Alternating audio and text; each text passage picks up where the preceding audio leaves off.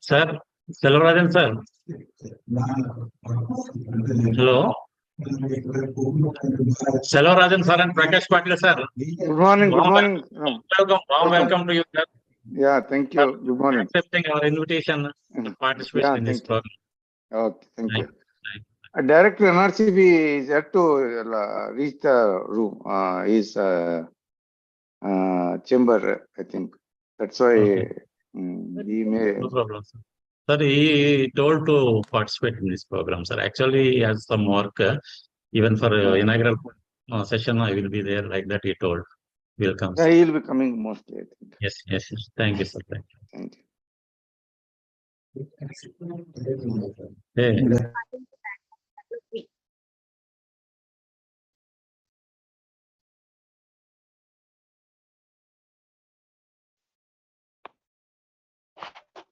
Hello. Ramanandan sir. Madam, good morning. Good morning. So, Good morning, madam. is it right? Madam, am I audible, madam? Yeah, you are audible. And what about mine? Is it clear? Yeah, madam. You are clear. Your voice is clear. Thank you. Good morning, Dr. Selvarajan, Director. Good morning, boss. Good morning. Good morning, sir. Selvarajan, Ramanandam. good morning, sir. Good morning, Dr. Ramanandam. How are you? Thank you, sir. Fine, sir. Fine. Very kind of you, sir, for your participation in this program.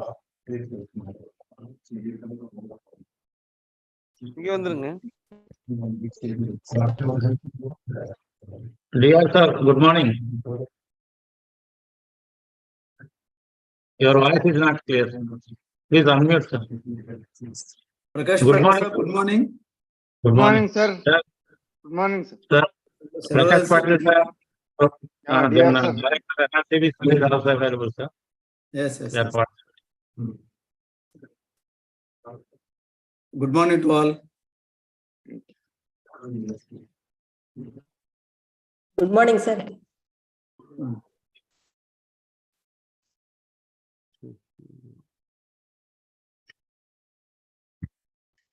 Mute பண்ணிருப்பா.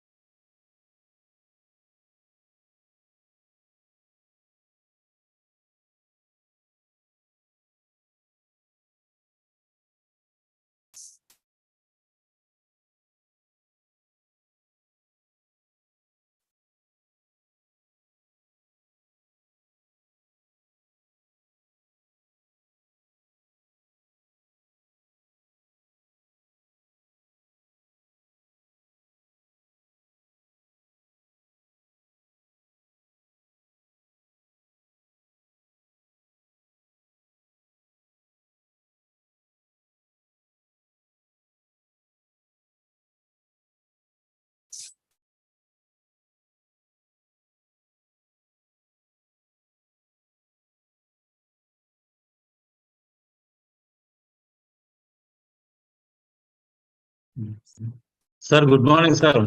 Vice Chancellor, sir, good morning. Sir, good morning, sir. Good morning. Good morning, Patilji. Good morning, sir. Very good morning, sir. Morning. Sir, good morning. Good Sir, morning. good morning. This is from Selvarajan. Selvarajan, good morning. Good How morning. are Good you? morning, sir. Congratulations. Thank you. Thank you. Nice to see you. Sir, good morning, sir. Good morning, Naram. Good morning, sir. Yeah, good morning, Sushila Garu. Karnashri Garu, good morning. Good morning.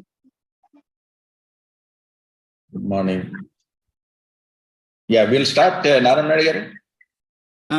Ramanand will start, sir. Yeah, that's right. Thank you, sir. A very Dr. good morning, Narayan, Dr. C.K. Narayan. sir. CK Narayan గారు next meeting పిలుస్తున్నాం sir. Okay then. ఆయన next meeting reserve చేస్తాం sir. ఇప్పుడు సురేష్ గారిని పిలిచాం sir. Okay. ఇది valuation కదా sir. Okay, sir. Okay. Yeah, please. Sir, thank you, sir. Yeah. A very good morning to one and to everyone. Under the dynamic leadership of Honorable Vice Chancellor Dr. Janakram Garu, this year 2020-23 has been declared as Dr.YSRHU Year of Banana to intensify the activities like creating awareness on latest technologies, organizing webinars, training programs, both online and offline, and demonstrations, field diagnostic visits, Kisan Melas, exhibitions among the farmers, students, entrepreneurs, and other stakeholders for its adoption. In view of this, it is a privilege and a pleasure for me to extend a warm welcome to Honorable Vice Chancellor Dr. Janakram Garu for his constant guidance, motivation, encouragement to organizing various innovative activities like Vice Chancellors to Village, Global Connect Series, Udyan Mitra, Udyanavani, YSRHU phone-in program, Farmers Advisory Cell, establishment of horticultural gene banks of various horticultural crops, TTD, Kostara Prasadam, etc. for the development of horticulture sector in the state and the visibility of Dr. YSR Horticultural University. I also extend a warm welcome to the Director NRC, ICR NRCB, Dr. R. Selvarajan, sir, then Commissioner of Horticulture, Sri Garu, IFS, Department of Horticulture, Government of Andhra Pradesh, Dr. Prakash Patel, Project Coordinator, ICR AHRP on Fruits, IIHR Bengaluru, Dr. Naram Naidu Garu, Director of Research, Dr. YSRHU, Dr. E. Karnashri, Director of Extension, Honorable University Officers, Zonal Research Heads, Associate Deans of Colleges, Heads of the Research Stations, KVKs, and Officers of Department of Horticulture, farmers, and all the participants for today's national webinar on banana processing, value addition, and entrepreneurship development as part of Dr. YSRHU Year of Banana 2022-23. I also welcome today's eminent speakers, Dr. P. Suresh Kumar, Physical Scientist, ICR NSCB, Trichy, and Sri Sudhakar, Chief Technical Officer, retired ICR, TTRI TVK Rajamentary, who have given their consent for participation and delivering the lecture on banana value addition and processing. So I also inviting Dr. Sri ASS and Murthy Garu and Srimati MG Krishnaveni Garu to engage in banana fiber extraction and textile business to share their success stories in banana entrepreneurship development, sir. With this few welcome address, just I will request Dr.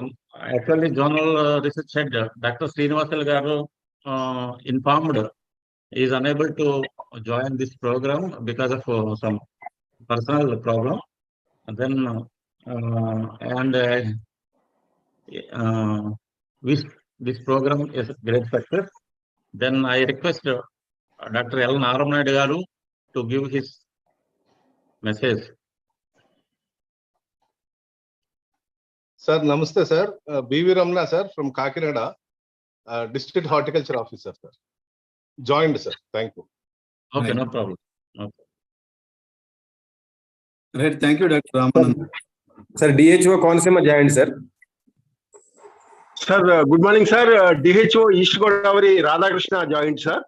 Sir, you can join. No need to tell again. You just, we have seen your attendance. So kindly, if you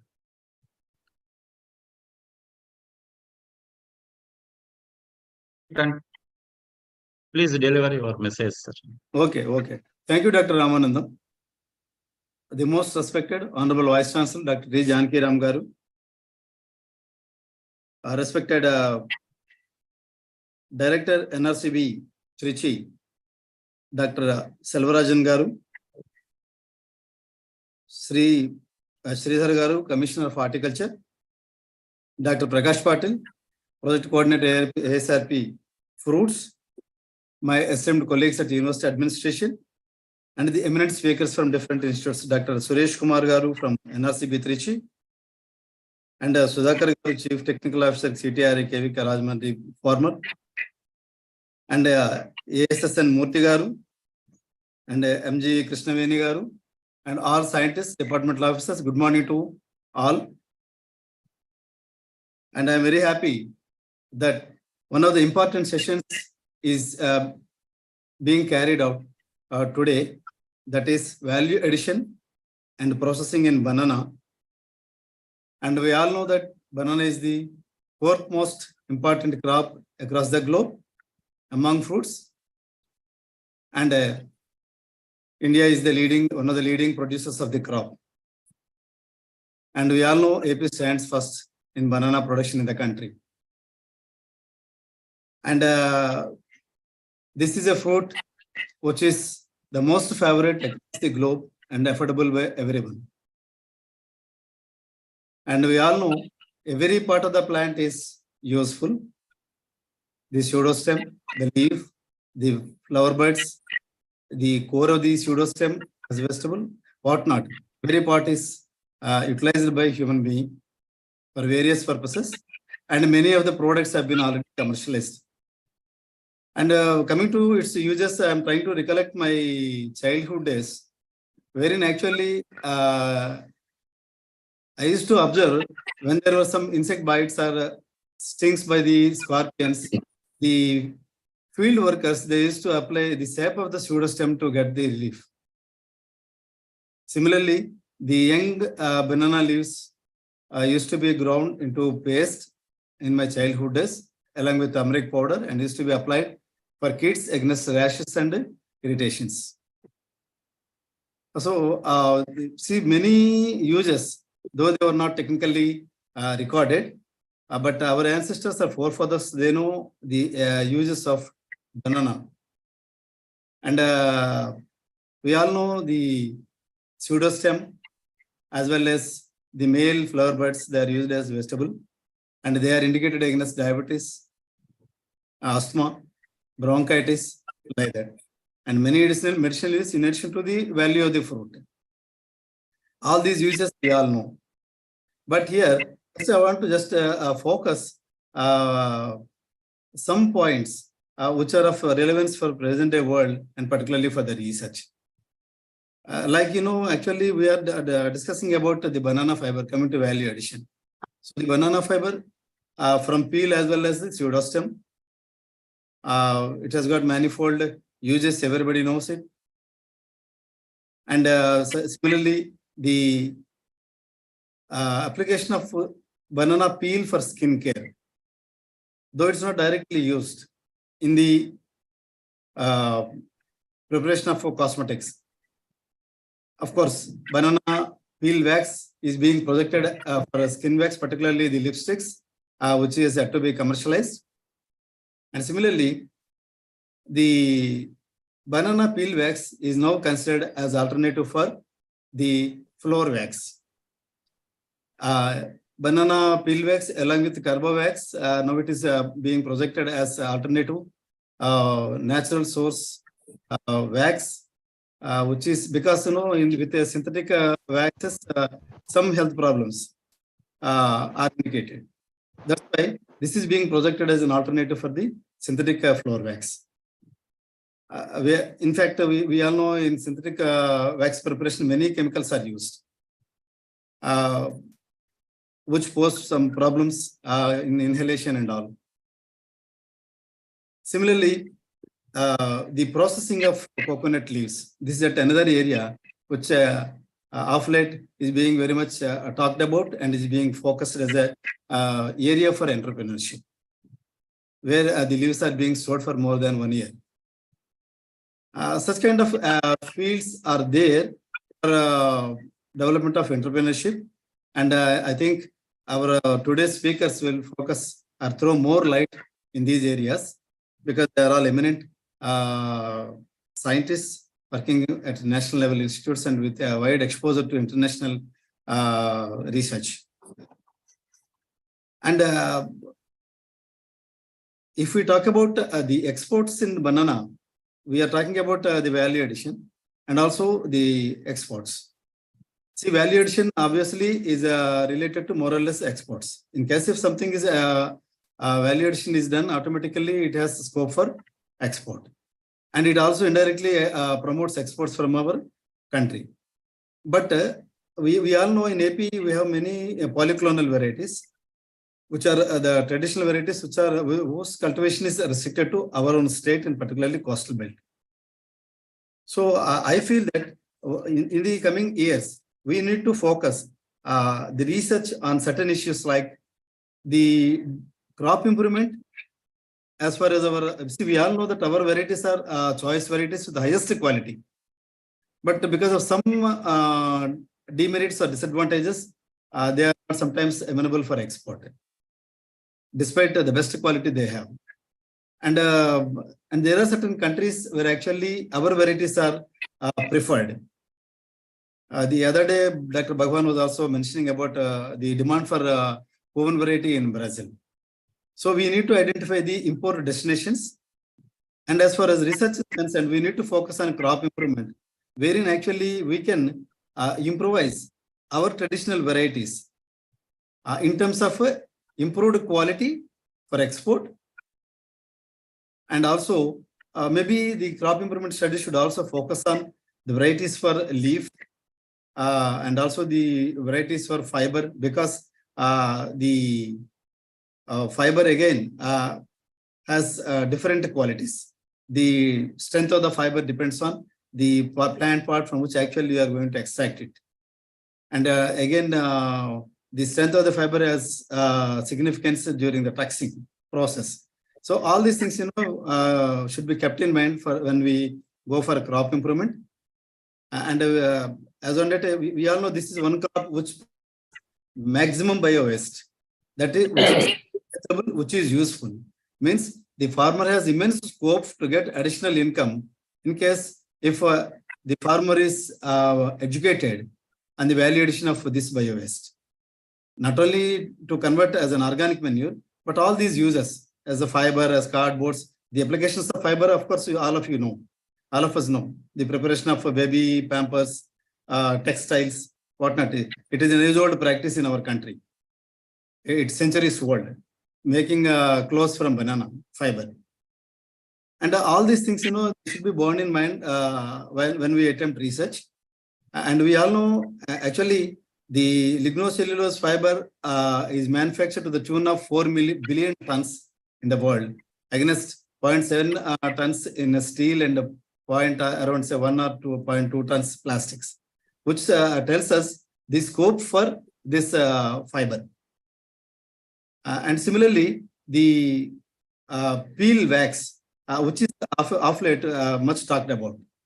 We need to concentrate on varieties maybe which have very thick wax coatings on fruits like that, for this kind of purpose, not for the fruit purpose. So I think with these few words, I hope the speakers would put more light on these aspects, and would be glad to hear them in ensuing lectures. And with these few words, I thank all the organizers for giving me this opportunity. And I request all the departmental officers, the farmers, and all the stakeholders to take advantage of this webinar And with this, I thank everyone. Thank you all. Thank you, sir. Very valuable message you have given, and I think all the speakers will cover most of the value-added addition to the banana. Then now I request Dr. E. Karnasri Madam, Director of Extension, to give her message. Thank you, Dr. Ramanandam, sir. Respected Honorable Vice Chancellor, Dr. T. Janikaram, sir. Dr. B. Selvarajan, sir, Director, ICR, NRC, Banana. Dr. Patil, sir, Project Coordinator, AICRP, Fruits. Good morning, sir. Good morning to you all. And respected dignitaries or university officers who are all present for this webinar of Dr. YSRHU as a part of Dr. YSRHU Year of Banana 2023 celebrations. It is a series of webinars we are conducting. It is the third webinar. We have taken it as a national webinar. Welcoming all, as our Director of Research has focused majorly on the production as well as the processing technologies in banana. As a Director of Extension, I say that the production technologies and the protection technologies of banana has taken a lead to the most important fruit crop, not only in Andhra Pradesh, I can say in many states of India. In Andhra, we can say that starting from the cultivation of the old traditional banana varieties to the adoption of improved technologies and the package of practices like selection of varieties and the methodologies for the micro irrigation as well as the all other technological advancements in production technologies has reached to the farmers, and it has proven as a boon crop for the Rayalaseema, which was found to be a very rain-fed and the drought situation prone districts of Andhra Pradesh. The export that is going from our Rayalaseema districts, the banana, which is very much appreciated in many platforms and the award-winning aspects, I can say.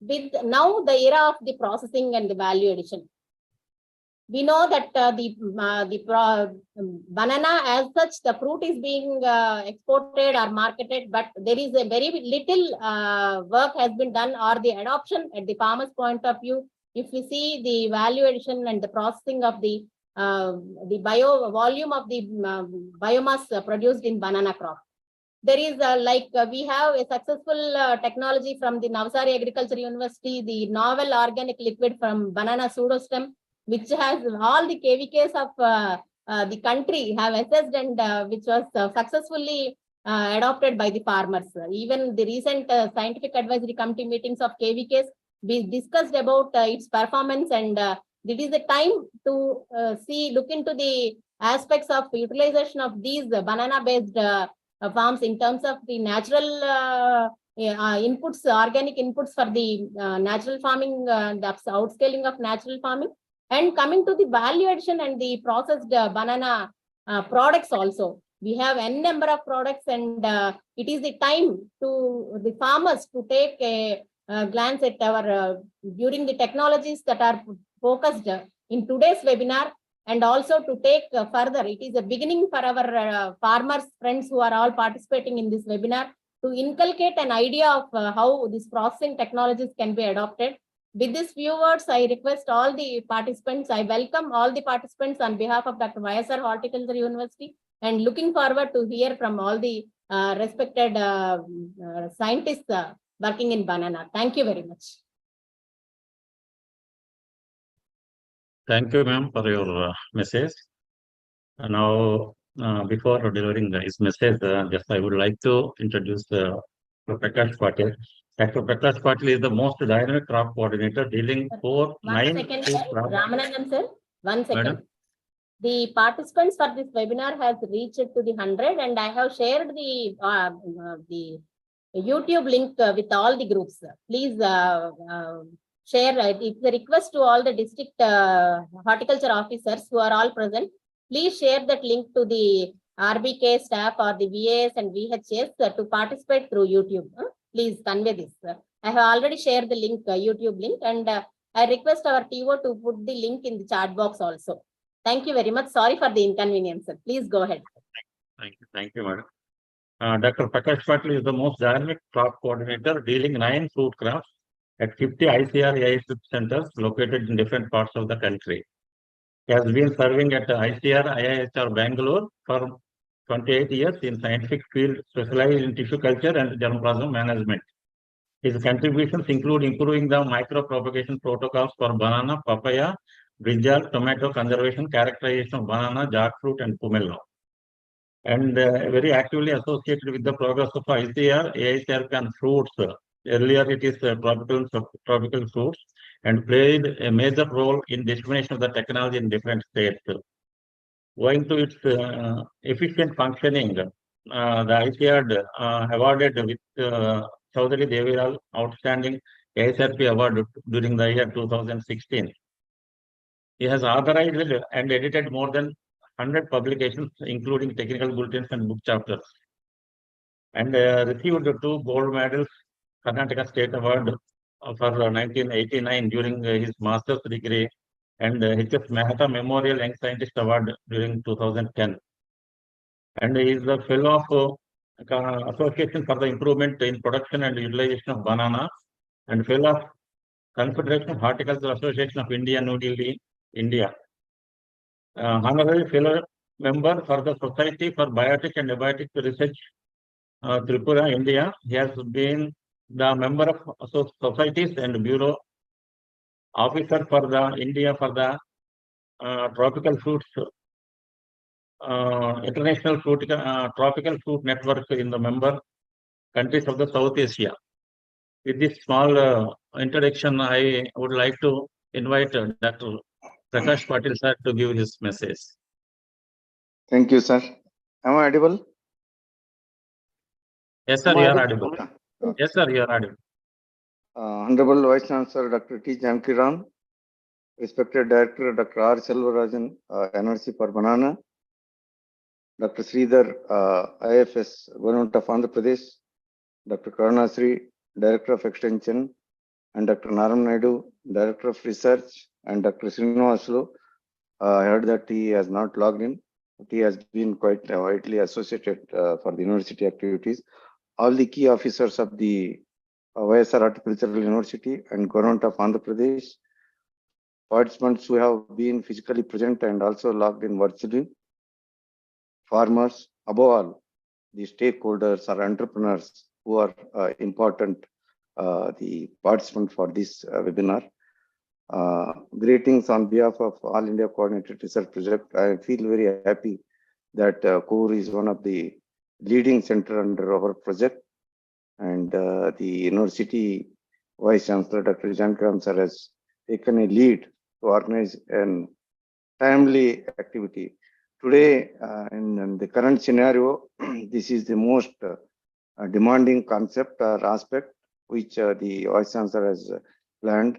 I'm sure it's going to be of great help to the not only the farmers of Andhra Pradesh, entire the growers of banana in the country. Naram Naidu sir has made brief remarks on what is to be done, and even Director of Extension Dr. Karunasri also has given. I am really happy that most of the things have been flagged up. I have the 3 points to be flagged. Banana is one of the successful crop in the country. I can say, at least in the coordinated program, always I keep saying that the farmers are able to produce. The crop has been spread length and breadth of the country. Now we can expect that productivity will, the production and productivity, especially production, more than consumption, production happens. Until unless we add value and make the processed products, the growers are going to face a major challenge. To that extent, yes, value addition is the order of the day, and we need to really focus what kind of value addition. Value addition, the first thing we have made many progress or many products. The today's, I personally feel that can you upscale 2-3 products in the zone? If we focus on that, we need to have a upscale. Then the back end demand will create and the farmers produce will be. Otherwise, a small scale production may not be. There are products which National Research Center on Banana has made. I think today we will be having detail. But we need to develop some entrepreneurs, some FPOs who focuses. Maybe it may be banana pickle production. It may be some the fiber related products. We may have to the startups has to come in this line. If one or two startups develops in the hot zones of these Andhra Pradesh, there the products assembly will happen, and so that the farmers will be able to get. For that to happen, we may have to do small exercise to encourage the farmers. What is the kind of additional benefit he or she, the farmer, going to gain it? Today we just talk up by bunch weight, and this is the productivity 60 tons we get. This is the per hectare.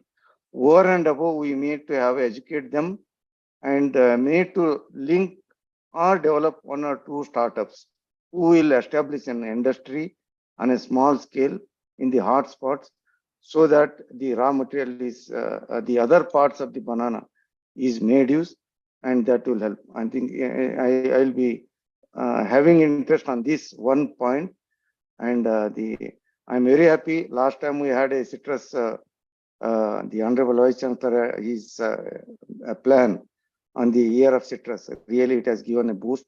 Definitely in the coming years, it will help. In the same way, banana and the Government of India has identified ODOP's scheme. Anandpur is one of the hot spot. If that has to happen, definitely these two to three startups, if they come with 2 to 3 products, I'm sure banana growers' economy will be boosted, and we'll be able to justify that we made an effort.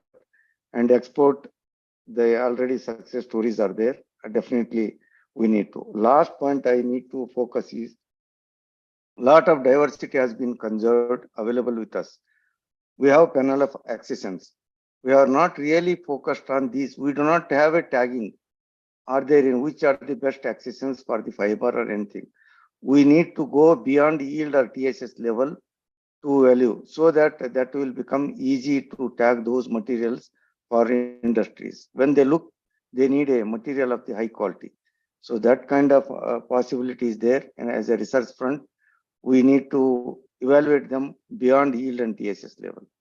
I'm sure with this plan, university will definitely help the stakeholders, and there will be some the entrepreneurs who will make use of this webinar. Once again, I sincerely thank the Honorable Vice Chancellor and key officials of the universities for giving me this opportunity. Thank you one and all, and wish for the great success of the event. Thank you. Thank you, sir. Thank you very much. Certainly, your suggestions will be taken into consideration. We'll work in future on those lines. Now, before giving message by Dr. Selvarajan, just I would like to brief his resume.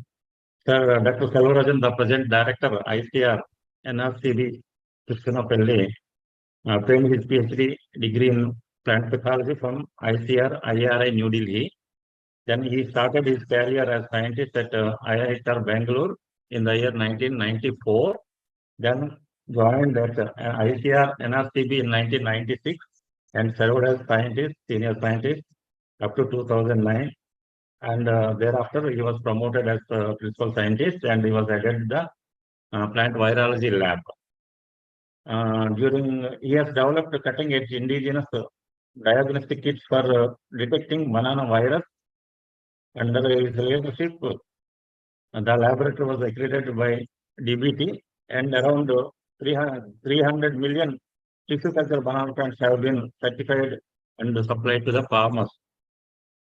Then he has also, under his dynamic leadership, he has developed this transgenic plants, banana plants resistant to BBTV, banana bunchy top virus, and working on molecular characterization plant viruses and development of on-site diagnostic kits, biotechnological approaches for virus disease management.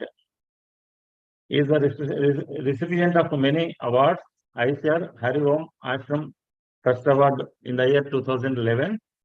Then DST Lockheed Martin India Innovation Growth Program Award in the year 2015 by the DST Government of India. Then he is the Outstanding Agricultural Scientist Award in the year 2020. And very recently, NJBS award with Dr. B.P. Paul Memorial Award. Then he has published more than 86 research papers in national and international journals and 5 books, 22 book chapters, 33 popular articles, and 15 extension and training manuals.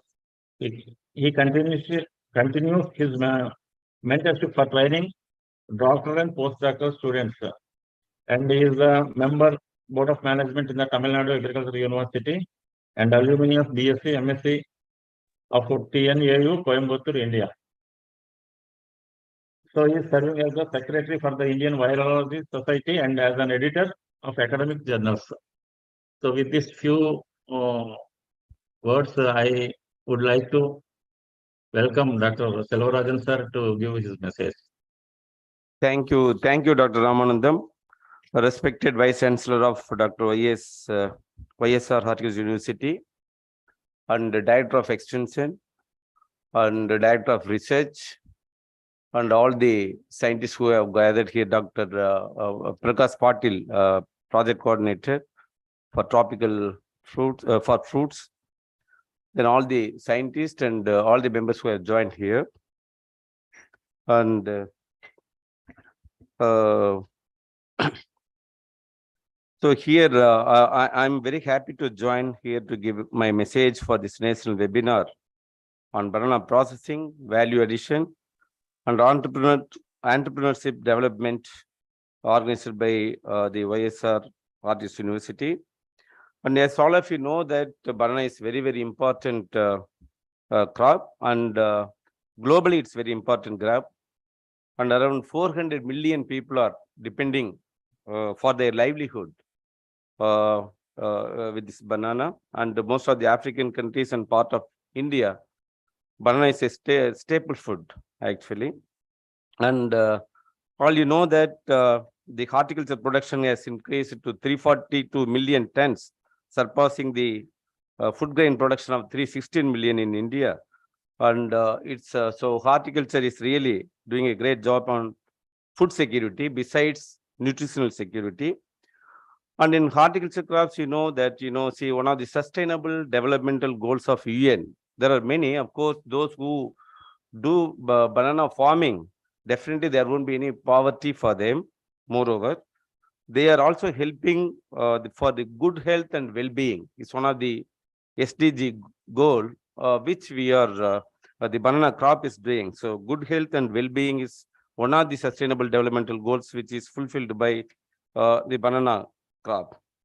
And as Director of Research said that Andhra Pradesh stands first in India, producing 5.8 million tons per annum from nearly 1 lakh hectares area, 1 lakh hectares of area. And the being a perishable fruit, we lose around 25 to 30% of the fruits. And not only fruits, but also we lose the crop, because of cyclone. There and there it happens in the banana growing regions. A recent one is the Mandis cyclone. In fact, we sent a team to Andhra Pradesh to assess the damage caused by Mandis cyclone on banana.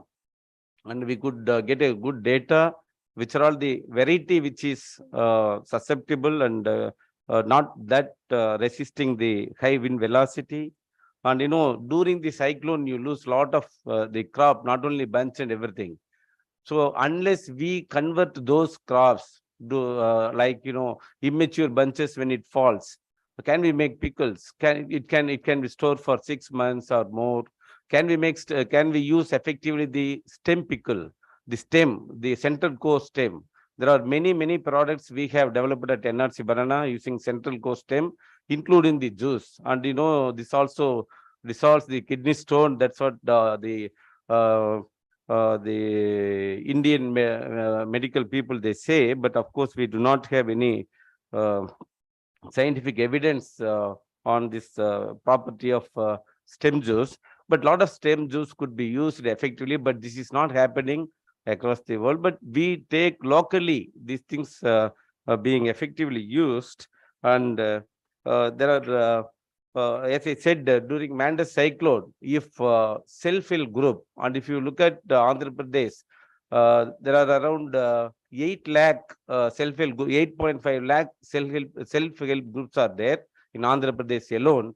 So if we impart this technology, especially those, at least for 2 districts, Kadapa as well as Anandapur, the self-help group of Kadapa and Anandapur districts, if we impart all these technologies to them, definitely they can make some livelihood out of this banana crop during the cyclone. Even otherwise also, we have around 30 to 40% of the biomass production is from pseudostem, and one can do extraction of pseudostem fiber, and also use the central core stem, and also the flower bud, and also the immature fruit whenever it falls due to this problem. And again, I understand past 2 years in Kadapa and Anandapur districts, leaf spot disease is a very big problem. It is recurringly happening, this leaf spot, and immature bunches are getting ripened in the field itself. So such things, I understand we will be intervening in the coming years, especially in the coming season. We are going to do the drone-based technology to spray effectively to control the leaf spot, the fungicide spray, and as well as micronutrient spray. We would be demonstrating in Kadapa as well as Pulivendula. We will be demonstrating this actually. So we have to utilize the banana processing has to be done. And in fact, recently we kept a meeting wherein some of the people came and attended from Andhra Pradesh Agricultural University.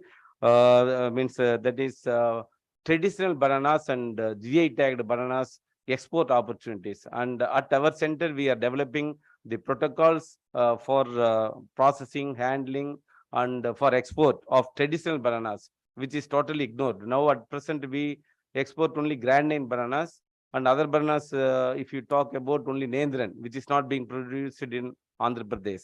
So we would be developing, we are developing at present for red banana and Yalaki, that is Naipu one. For these bananas, we are developing the protocols for export market.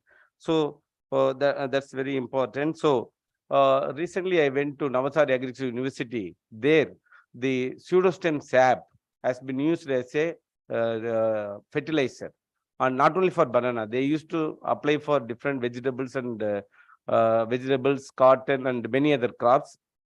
And they have got a patented technology wherein the pseudostem extract, that sap, is enriched with microbes. Around 10 microbial inoculants they inoculate and they enrich, then they apply foliar spray. So this, I don't think in Andhra Pradesh, the pseudostem sap has been is being used as a foliar nutrition for different crops. So this technology, we are also at our NRC banana, we are doing, because that is the one which they have done for grand name banana. So here for our traditional bananas, we are looking at the pseudostem sap as a foliar nutrition, and that would be enriched with microbial inoculants so as to get a good immunity against leaf spot and other pathogens. So that is one of the reason. And again, banana fiber based. In fact, the Navasari Agricultural University joined with the CIRCOT, ICAS CIRCOT, which is located in Mumbai. That technology which they developed, that sap based fertilizer, they have transferred to 42 people. 42 companies they have transferred the technology. So that was very interesting. In fact, that was funded by ICAR only. Under NAIP projects, it was funded. And similar things we have to apply in Andhra Pradesh, exploiting, developing the fiber and other things. And one more thing is, we talk more about fiber, a lot of talk, because 600 kilogram of fiber we can produce per hectare of banana actually. And so that is added a good value addition to the banana crop. And in this regard, when we compare with the banana fiber and cotton fiber and jute fiber, our banana fiber is more or less equivalent to jute fiber. And in fact, CIRCOT is ready to join hands with us to work on cottonization of banana fiber. So a lot of research input is required to further improve the fiber extract, fiber quality of banana, and different traditional banana fibers has to be worked out, and we can look for the fiber which is equivalent to Musa textilis, widely adopted in Philippines. We do not have Musa textilis, but I would take effort to import this Musa textilis from Philippines, and we can also use this particular variety for fiber production. So in fact, this banana fiber, what we talk about, definitely has not reached the self-help group and many farmers producers company. So this technology we have to do. So what we developed around 44 banana value-added products, we have transferred to only 150 firms, entrepreneurs, and some of the entrepreneurs are doing very good, and their turnover is around 5 to 10 crores, some of the firms. And of course, this is not at all sufficient in national level. In fact, we are going to have a big drive to transfer our technology to at least 1,000 self-help group or farmers producers company. If government of Andhra Pradesh are ready, we can come there and give the offer the training to the self-help group also. If the government of Andhra Pradesh and the university, Dr.YSRHU University is joining hands with us. Yes, already we have MOU with government of Andhra Pradesh. Definitely will join hands in transferring all our technologies to Andhra Pradesh farmers and other stakeholders. So this is one of the important thing. And another thing is, I am more interested in transferring our technology to 24 ODOPs. That is, banana has been identified as a product in 24 districts in all over India, and in Andhra Pradesh, Kadapa as well as this Anantapur has been identified, and we want to transfer most of our technology to these FPOs sitting in these two districts actually. And in fact, in 24 districts, we produce around 9.9 million tons of banana. Almost 1/3 of banana is produced from these 24 districts, and from an acreage of 1.83 lakh hectares. So we want to first give priority to the 24 ODOPs, and in which Kadapa and Pulivendula is there. So we would first reach those two districts in a bigger way, not only on banana production technology, but also taking our value addition and other parts to the people. And coming to the another important thing is leaf industry. In southern states, the leaf is widely used as a food plate, and for many other purposes it is being used. And before this leaf, banana leaf, before it is going to the compost pit, we should make some money. Then let it go again to the compost pit. So by this way, the farmers can get benefited. Along with the IIT Guwahati, we are working on banana leaf. In fact, we have developed this package of practice for leaf production, and we have transferred this technology to 3 people. And one of the entrepreneur who has taken our technology is exporting banana leaf to Middle East country. So this opportunity could be created because Andhra Pradesh has got varieties of banana, including your Karpura Chakkarakeli, that is Poovan, that and again Sugandham, that is Karpuravalli. These 2 varieties are highly amenable for leaf industry. So that leaf industry technology also would be transferred to all of you. And the very, very important thing is banana chips. Of course, Nendran banana is not grown in your Andhra Pradesh, but 600 crores of rupees per annum.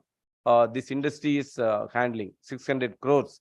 And I would also see that Nendran banana is introduced at least in Godavari belt and other area, so that this Nendran, it is containing very good nutrition, especially beta carotenoids. So this particular variety could be introduced in Godavari belt, if not Kadapa and Anantapur, where only grand bananas are grown.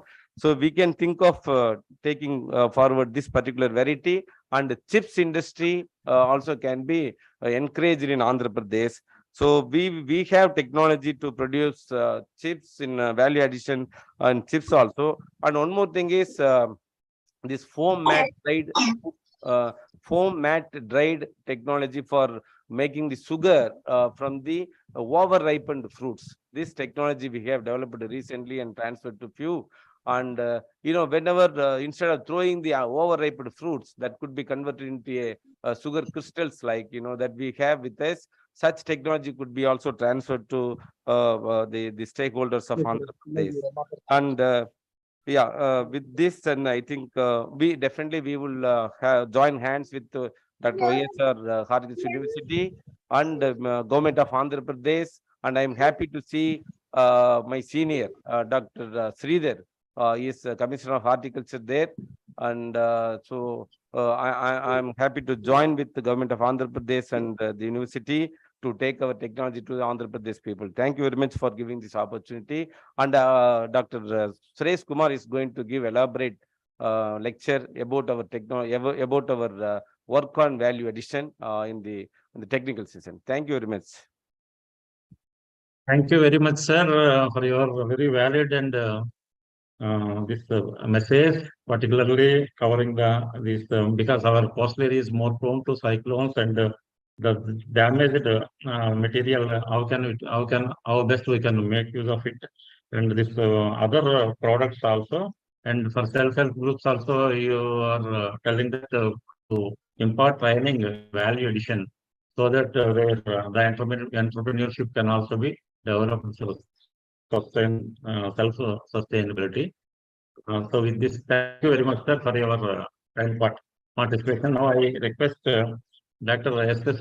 Sridhar, IFS, Commissioner of Horticulture, who is heading the Department of Horticulture and looking after all the development activities state and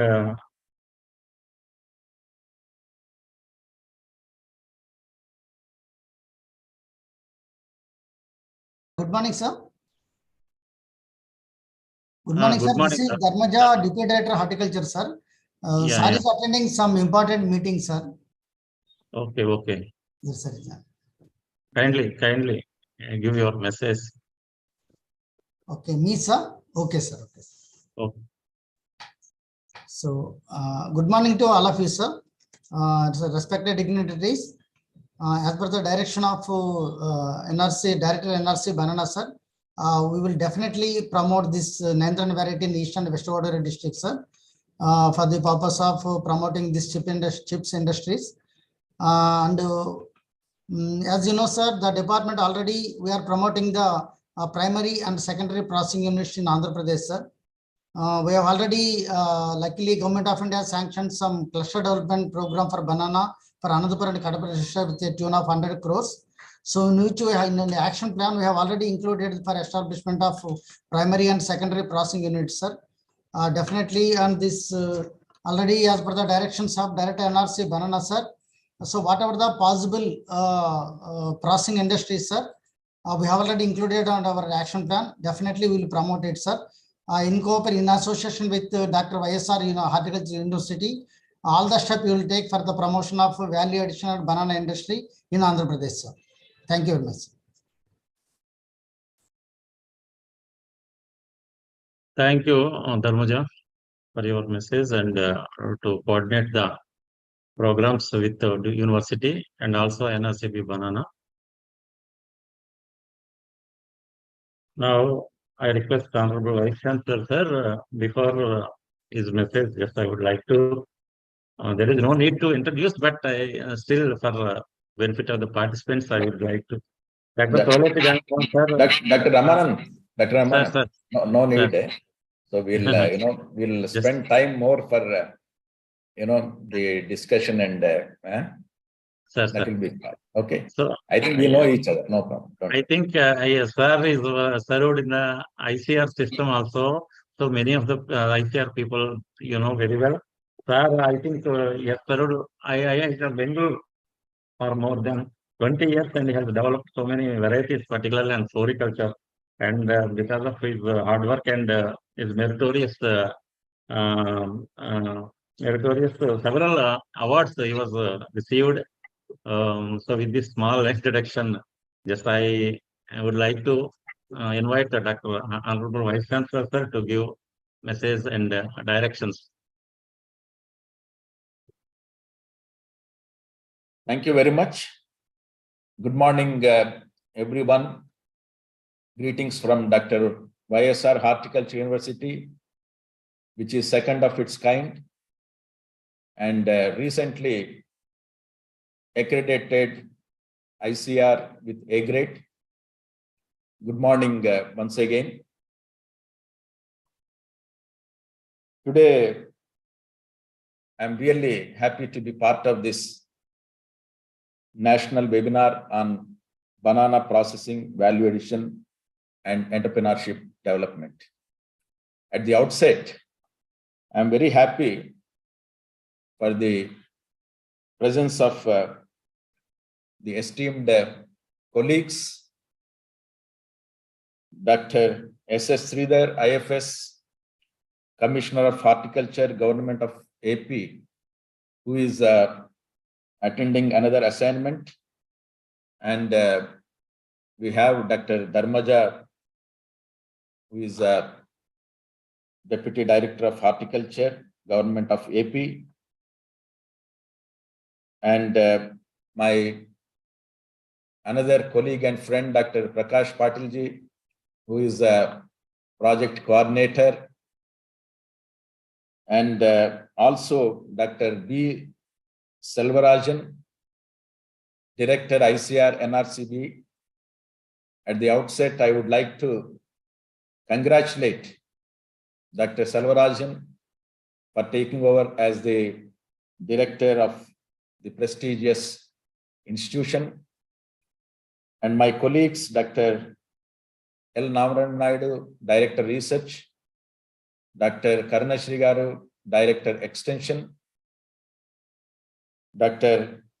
Ramanand, the Head HRS Kovur, and the guest speakers for today's session, Dr. P. Suresh Kumar, who is well known for his contributions in value addition, in particularly banana. Sri R. Sudhakar from ICR CTRA KVK.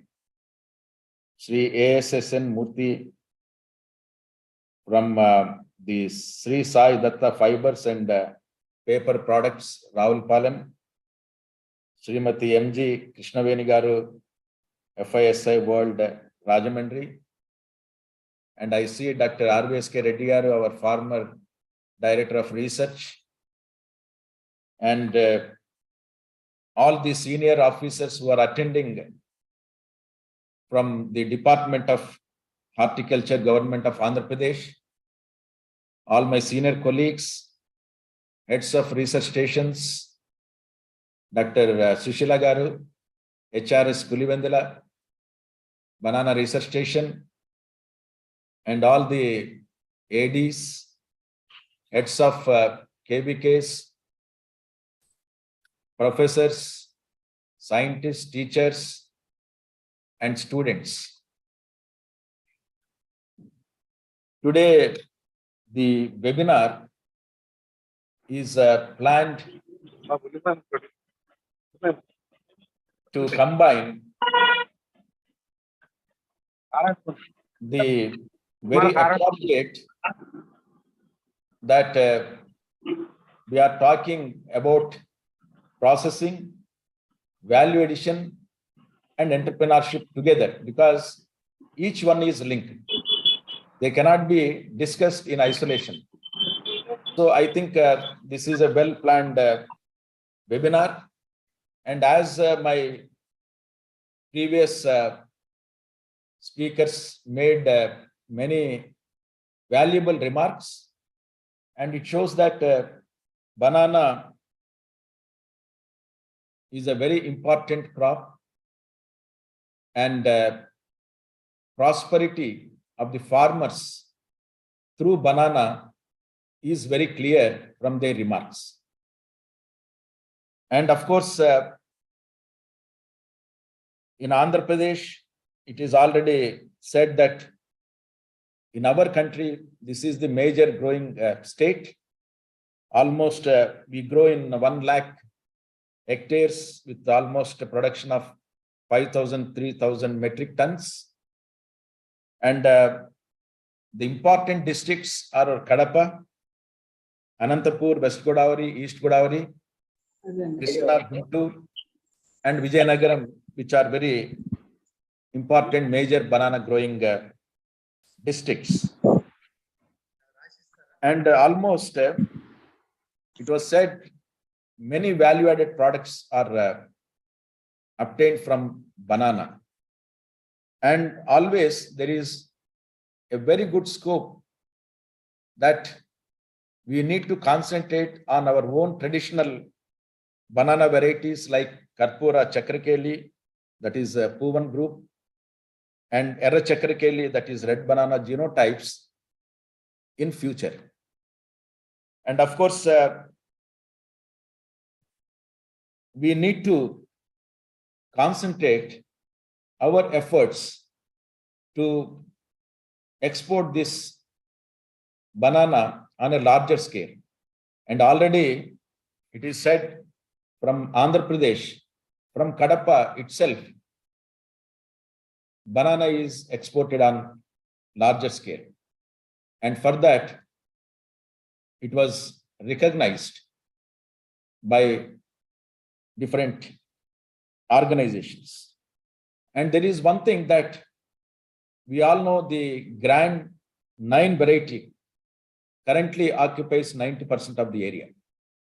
And I request director and also our project coordinator and our scientists, whether we can think of substituting some percentage with other varieties. I think that should be the focal point, an important point also. And as such, even it was mentioned by Dr. Selvararajan that we need to diversify into other areas like leaf, which is a major industry. And that is what in our university also, we have taken decision at HRS Kovur and Pulivendala. We can also concentrate on collecting and promoting these leafy varieties so that it can also add value to the industry. Apart from that, many value-added products like chips making, then even the NRC banana has developed many products. As ADG, I have witnessed those products, and there is a lot of scope. As Dr. Selvararajan was telling, I think in coming days, we need to promote and bring awareness of these products so that the stakeholders can be benefited. For example, the banana dried fig, the flour, the powder, puree, RTS juice, even the stem juice, which is can be promoted as a health drink. So I think these are the some of the aspects which we can concentrate and promote. And of course, as it was said, almost 30% of the post-harvest losses occur at farmers' level. I think this is one concern, how we can, even the ripened fruits, somebody mentioned that we can make into different value-added products. And again, the banana fiber is a very popular natural fiber. I think the varietal screening must be done, and we need to promote those varieties in particular areas. With one district, one crop, and as Kadapa and Anantapur districts were identified for banana, and with the initiative of the government of Andhra Pradesh Department of Horticulture, with the establishment of primary and secondary, processing units, definitely bring change in coming days.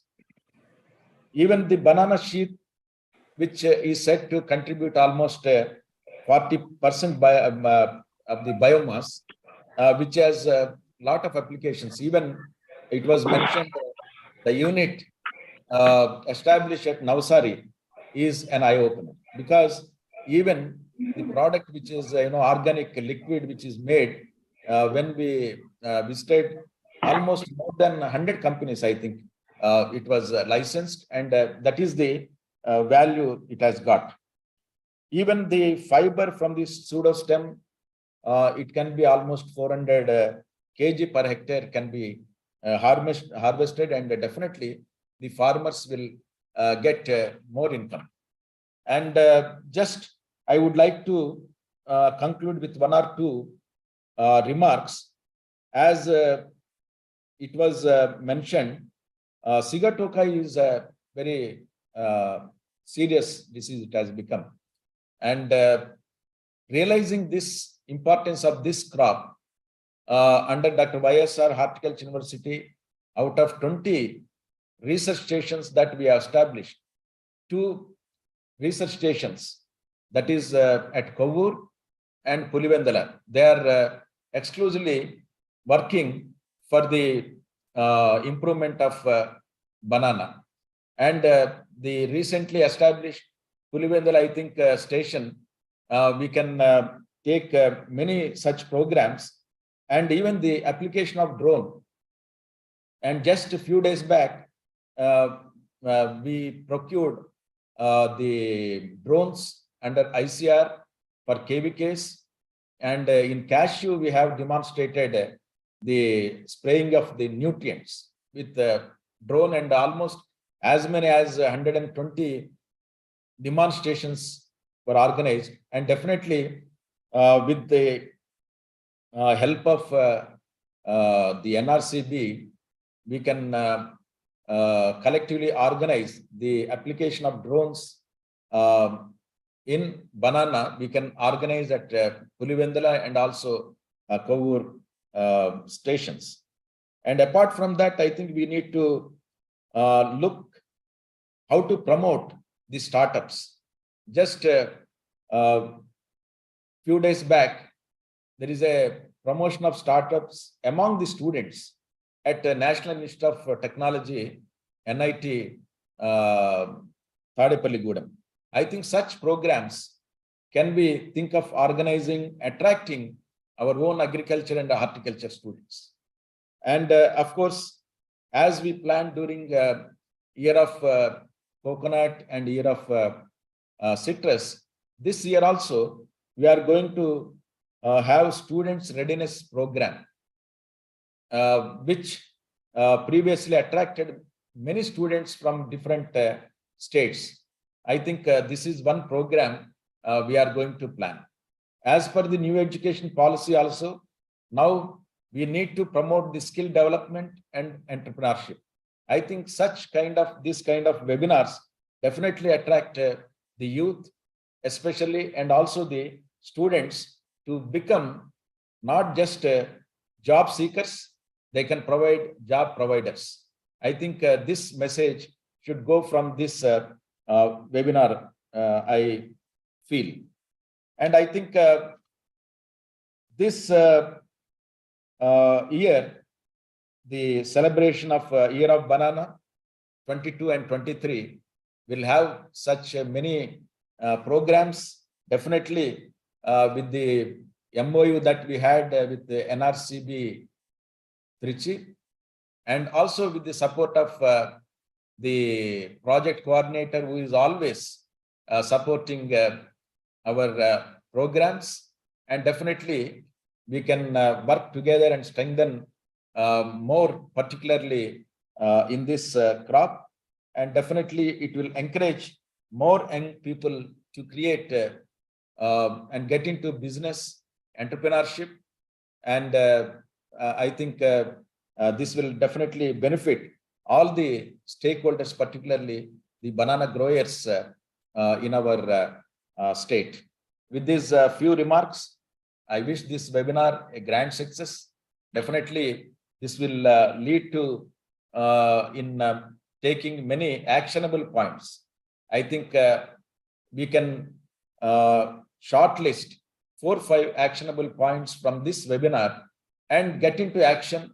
And I think separately, we can, after this webinar, we can take, and I request our Dr. Naram Naidu garu and also Dr. Ramanandam and Dr. Sushila Madam to make these actionable points into action.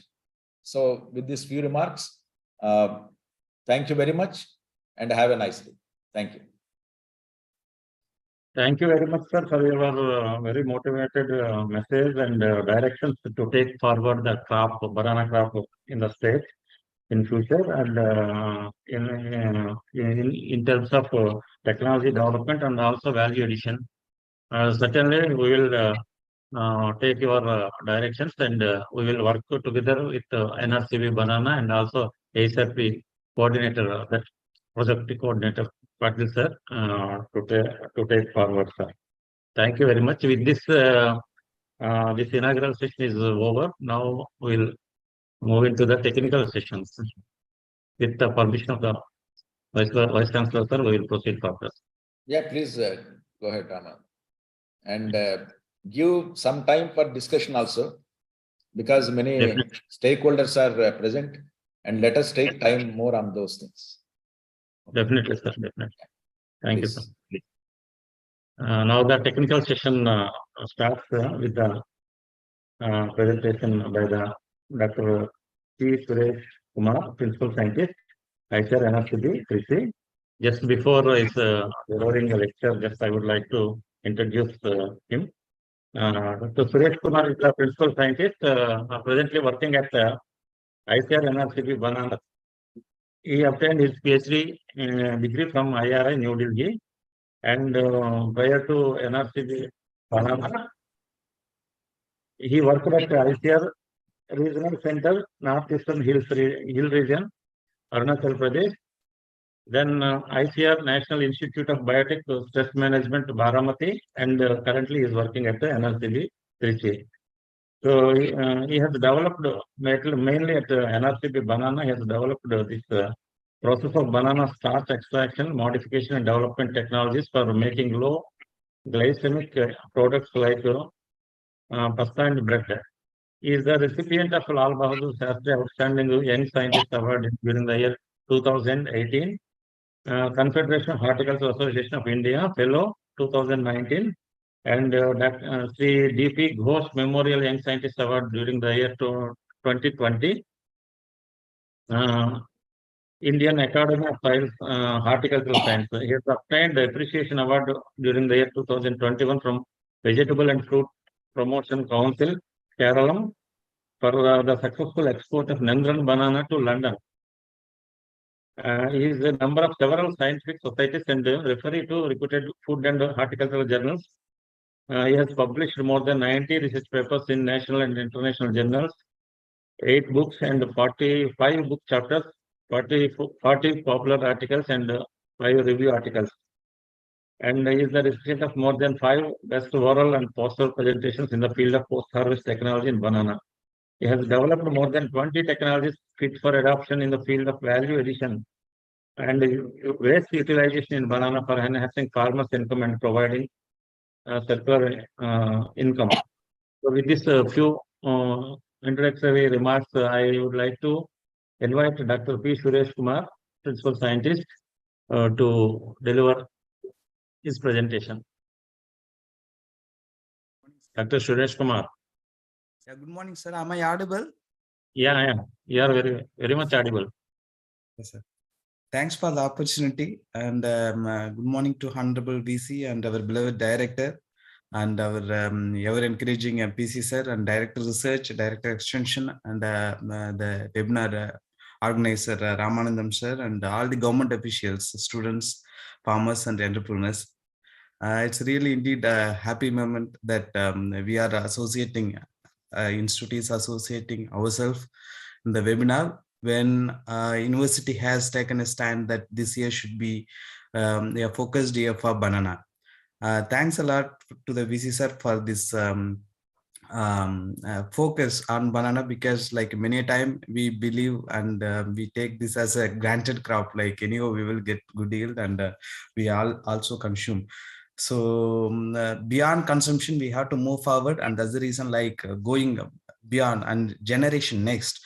the generation next, not necessarily only innovative foods that has to focus only on secondary processing or tertiary processing, but then we can also conglomerate our traditional foods with the innovated foods with the innovative marketing. So ultimately what is required is like how we are going to take our traditional foods and how we are going to incorporate a banana also a component of all our traditional food supply chains, and giving a better opportunity and better visibility.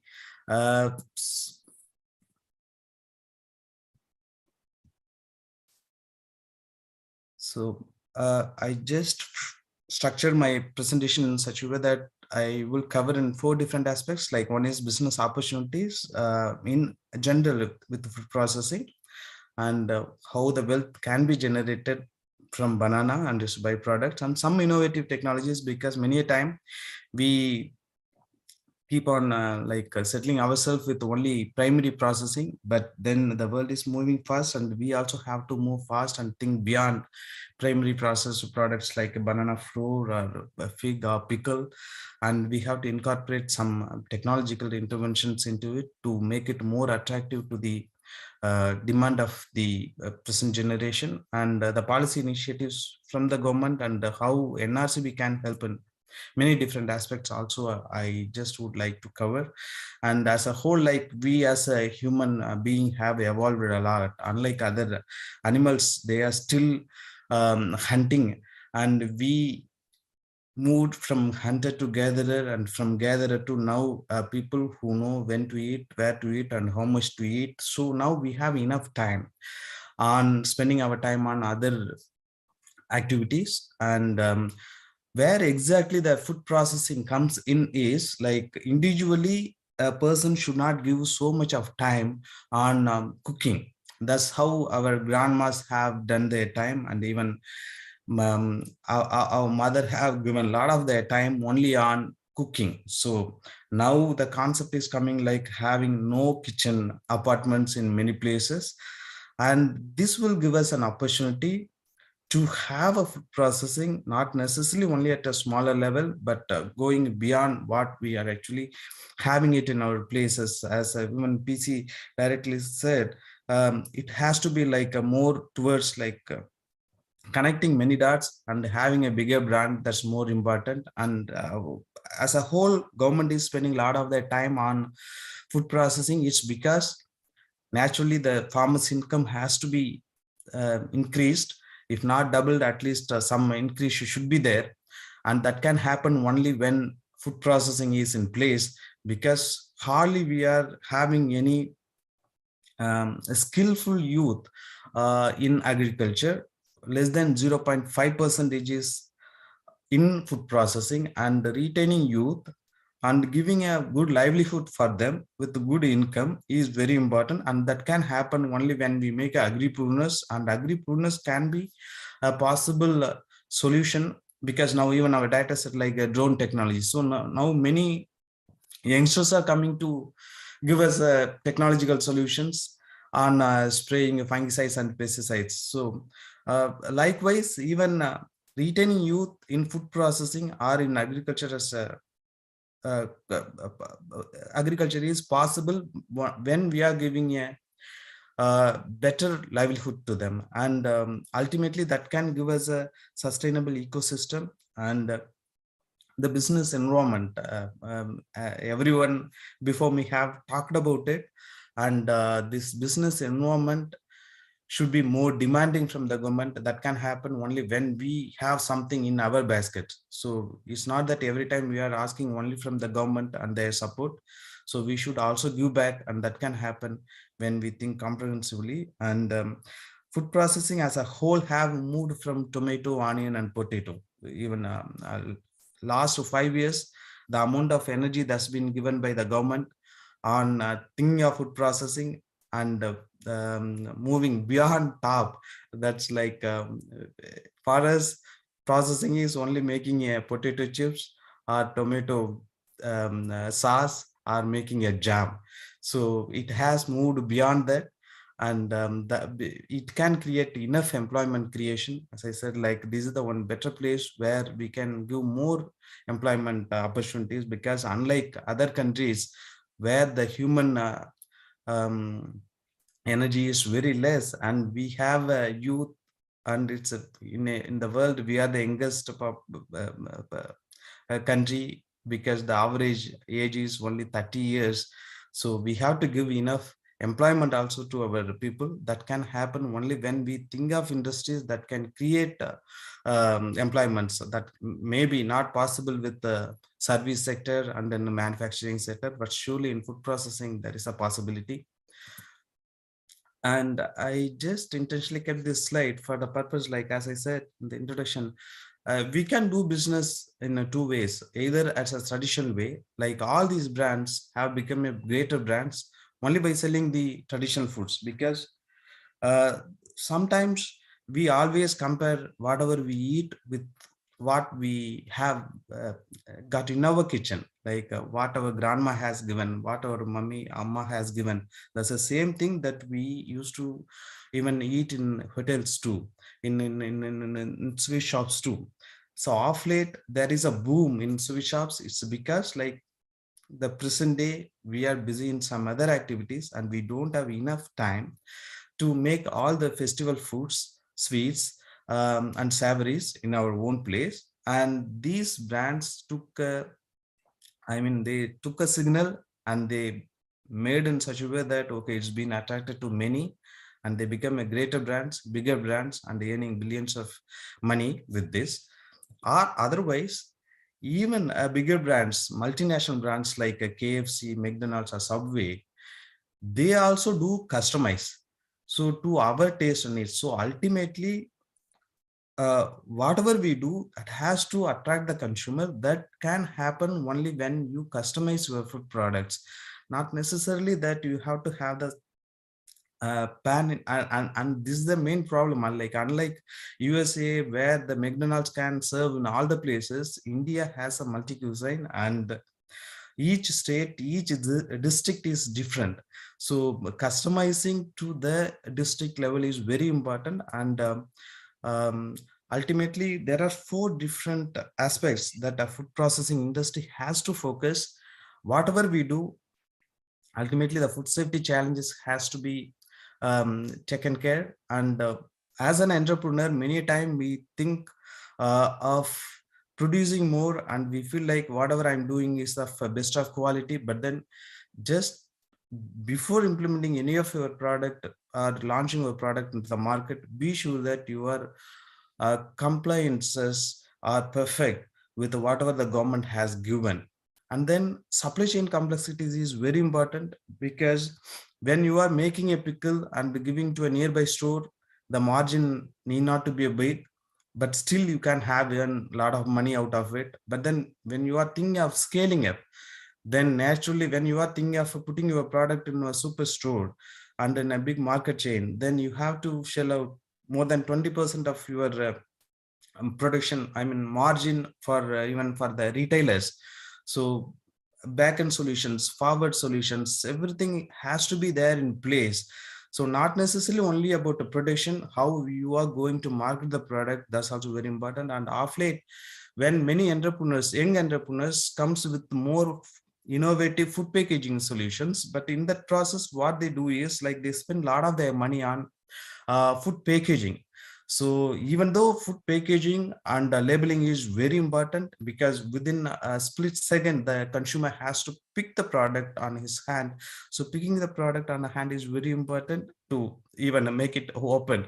So food packaging is important, but then we should not spend more money on it. And as a Steve Jobs words like stay hungry and stay foolish, I always would like to say this, because many a time we feel like as a country we know everything, but it's always a place for improvement. So naturally we have to, even though with the more than 5,000 years of civilization, we have evolved and we know many things, but then still there is a scope for improvement, and that has to be adapted from the successful entrepreneurs. And the government can always give only the net. So it's about whether we are catching the fish or just keeping it idle is up to us.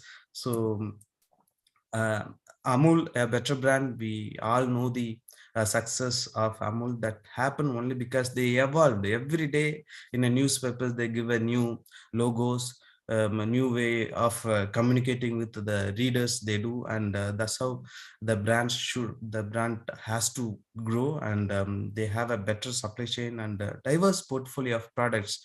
Unlike other businesses where we can focus on one or two products, in the same horizon we should have a different portfolios. This is also another issue, like sometimes many entrepreneurs comes to us and they would like to make a banana flour, they would like to make a juice, they would like to make a candies, they also would like to make a banana fiber out of it, and they would like to be there in all the places. Don't be like that.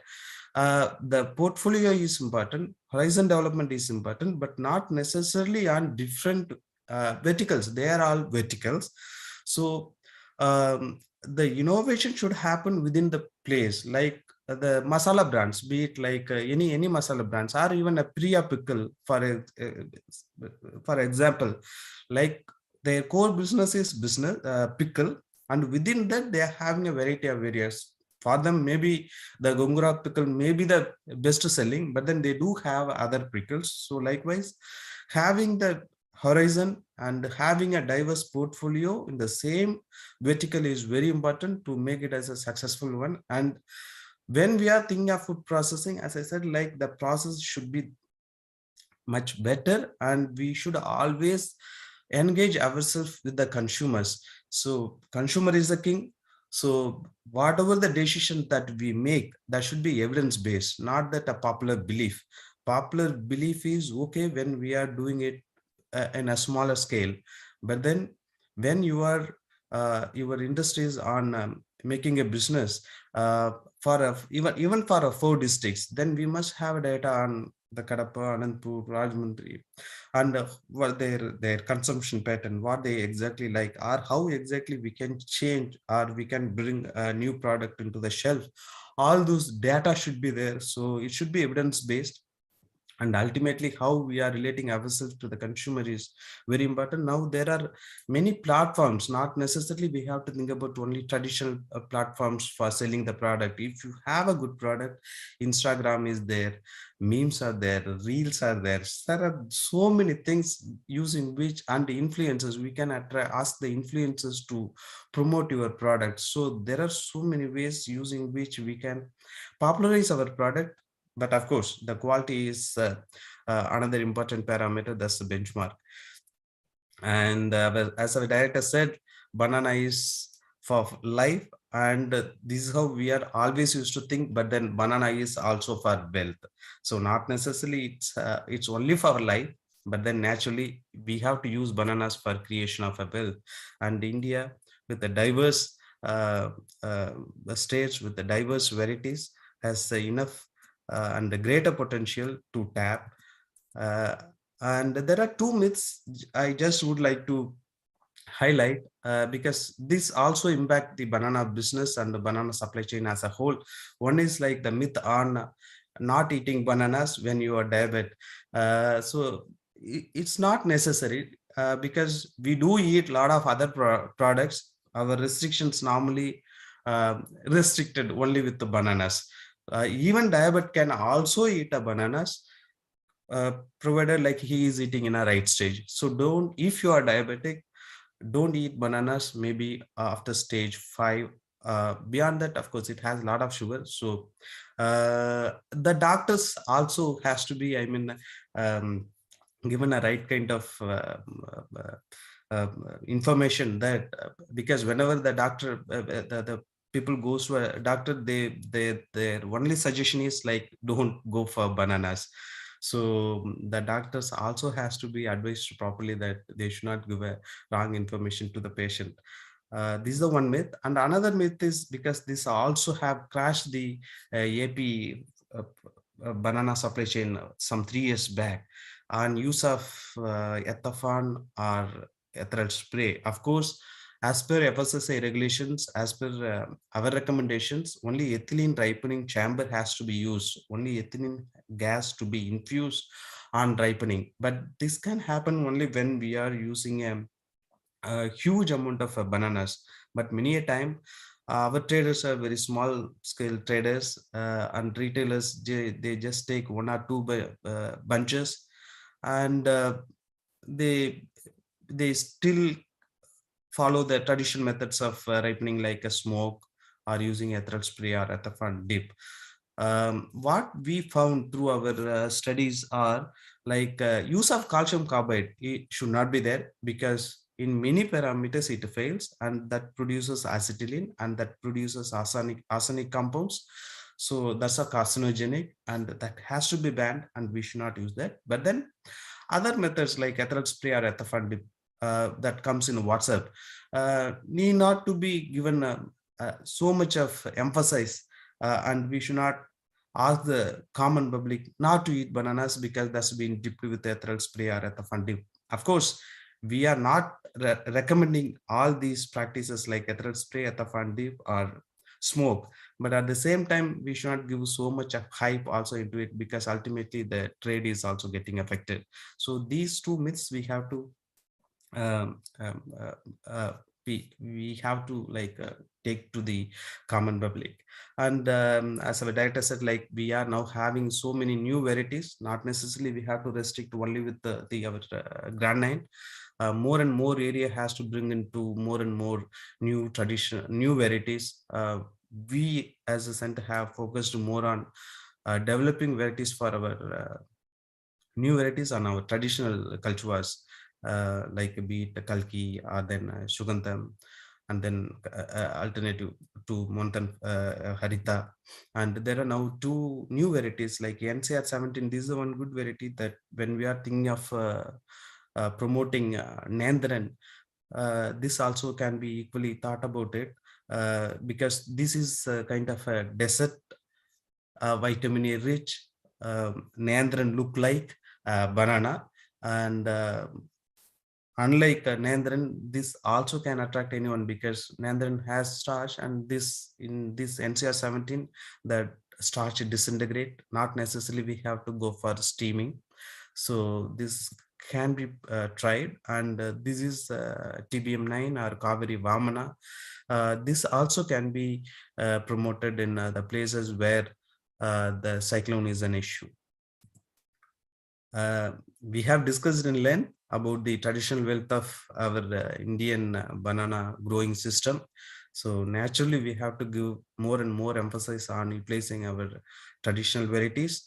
And we are there as a biggest producer. And of course, it's of no doubt, like all the top four largest producers, be it India, China, Indonesia, Brazil, they are not in a export map. They are all biggest consumer also. And surprisingly, China is the biggest producer, but at the same time, biggest importer also from Philippines.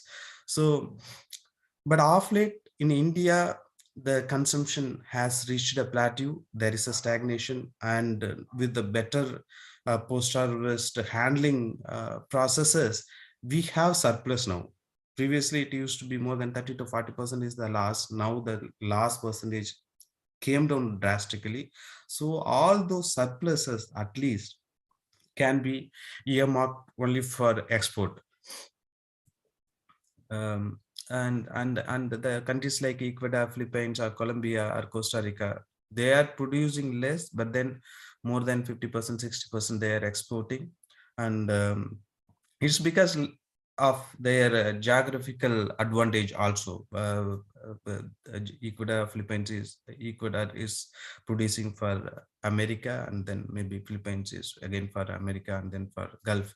So, but we as a country has a greater advantage, and we can compare ourselves with the Philippines industry, how it operates, because unlike Ecuador or Colombia, where it's only operated by the big companies, Philippines is almost like having a system like ours. Not necessarily only big companies, even the smaller entrepreneurs are also exporting to places like Japan, China, and West Asia. This can happen only when we change our mindset. Not necessarily we have to sell our bananas in the way that's been displayed in the slides. Uh, uh, since we are having a surplus, we feel like the way we trade is also okay. And that mindset has to be changed.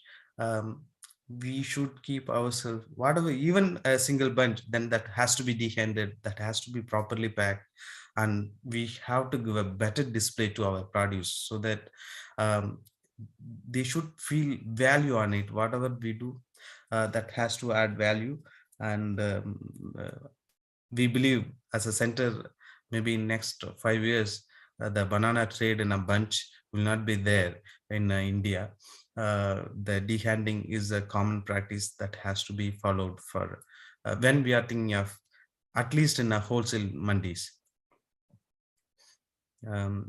Our institute has given technologies and successfully have proved that surely we can send any of our traditional bananas to any market, be it the place where it needs a 45 days of a travel. There is a possibility. What is required is a comprehensive plan to promote our traditional bananas, and this we have sent to us Italy, Grandine bananas, and even Nandran bananas we have sent to London. So there is a possibility, like be it traditional bananas, be it our own Grandine, all those bananas we can put it in the Europe market or USA. But what is required is better logistics. And when we are thinking of interventions in banana supply chain, now everyone is talking about artificial intelligence and use of Internet of Things. So even we should not worry about or wary of using all these new dimensions of doing a business. Artificial intelligence will be there. In last 1 month, the ChatGPT has changed the way the business is being done. So when we are thinking of processing, there are 4 different parameters, like the commodity should be rare, and it should not be consumed in some other form, or the value to the money are seasonal. These 4 picks, these 4 focal points normally decides the success of any food processing. Like a blueberry is popular in market because it's very rare. Sweet orange based juices are so popular, and we used to drink that only because, like pineapple, pomegranate, sweet orange are very tough commodities to peel in a home, so we would like to consume those products.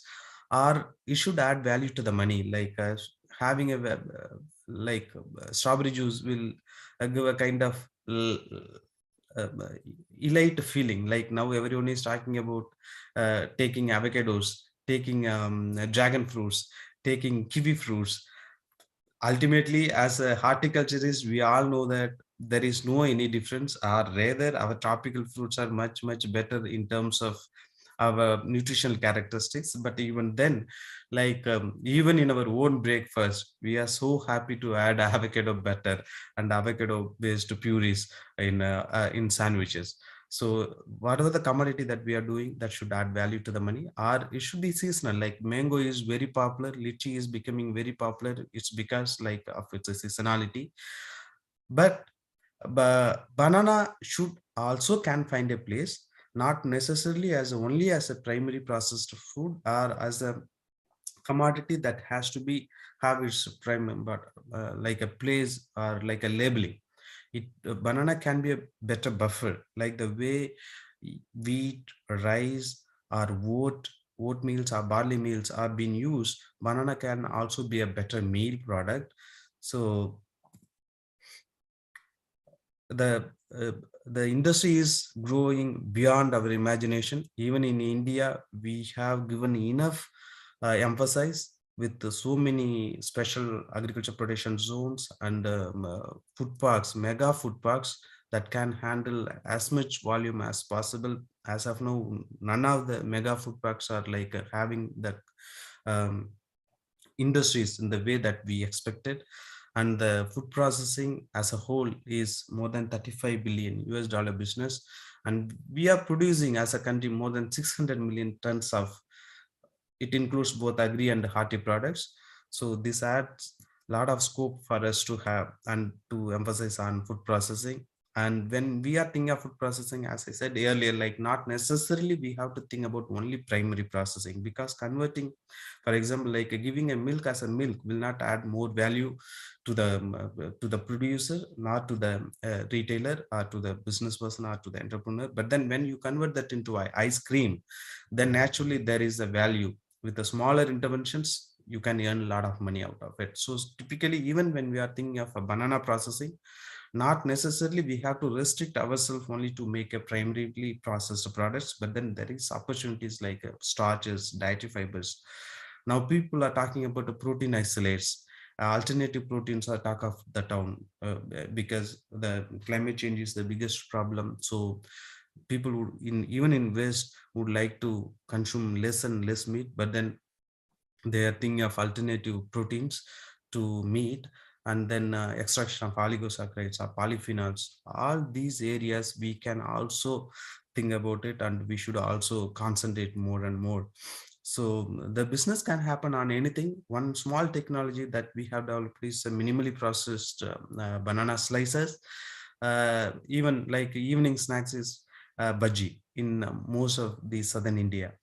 Like the way now, before the each samosa sheet has to be prepared by an individual entrepreneur, but off late it's been supplied. So no one is making sheets on like individually. There is no any difference, because like the sheet is prepared in only one place. Only the masala they are adding, and they are just covering it and giving to us. So typically, even banana slices like a banana bhaji, the banana slice can also be made in a single place, and we have to find a supply chain solutions, how effectively we can give to the all the vendors, whoever it is, all the street vendors. And instead of there are two advantages. One is like we can avoid the waste piling in different places, and solid waste management is possible by having a industry in a single place. And another one advantage is like, of course, it's for export market, individually quick frozen bananas. The another one that we would like to emphasize as an institute is like using a central core stem. As even our director said, like it's been there in our traditional systems, and in vitro we have of course validated that okay, the kidney stone can be dissolved, and in vivo we have to do. But then whatever it is, it has a coolant capability. It is having many other medicinal properties. It has a bioactive compounds, and traditionally been proven. But only thing is like not necessarily we have to give a kind of um, um, scope that can reach up only up to the village.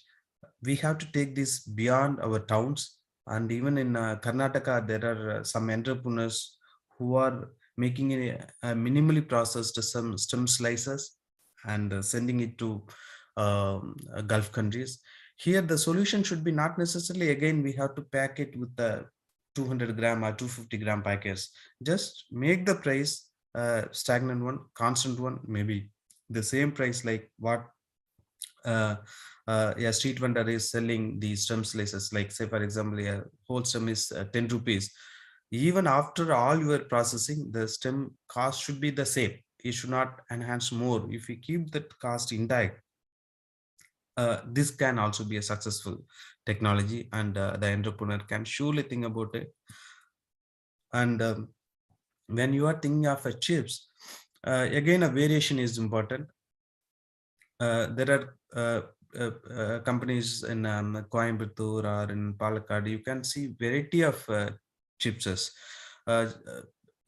the new age entrepreneurs should also think about not only traditional chips making, but then there are vacuum fried chips, there are microwave chips, there are chips where the oil content can be reduced by having some hydrocolloids in it. So having a variations is important, and even restructured chips is also possible. Like a Pringle is different than other potato chips because like it's a restructured. So typically, even in banana also, you can restructure the chips and you can add more bioactive compounds. Once you are having a flour, you can add the compound whatever you wish to be in the product. You can add that and you can make a biofortified fortified chips. And Populu is one good variety.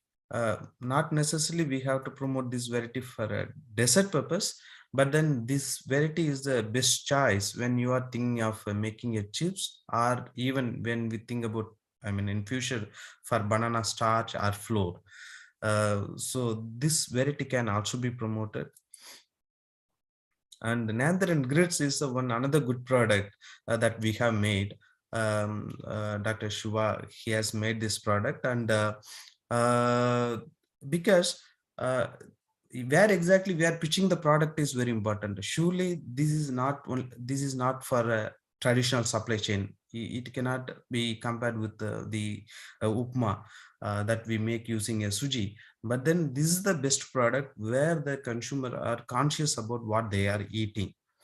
So this can be the best product in airports. This can be promoted in places where the people would like to take a vitamin A rich or banana as a complementary product to the breakfast. So pitching the product in the right place is also equally very important, and fabricated banana grids is a good option where the population think about good eating habits. So even with the importance of banana flour, our Prime Minister also have talked about it, and he has given a pitch on it. And we can make any products, either traditional products or innovative products. It's up to us, it's up to the entrepreneur which one he wants to take it forward, but then there is a possibility.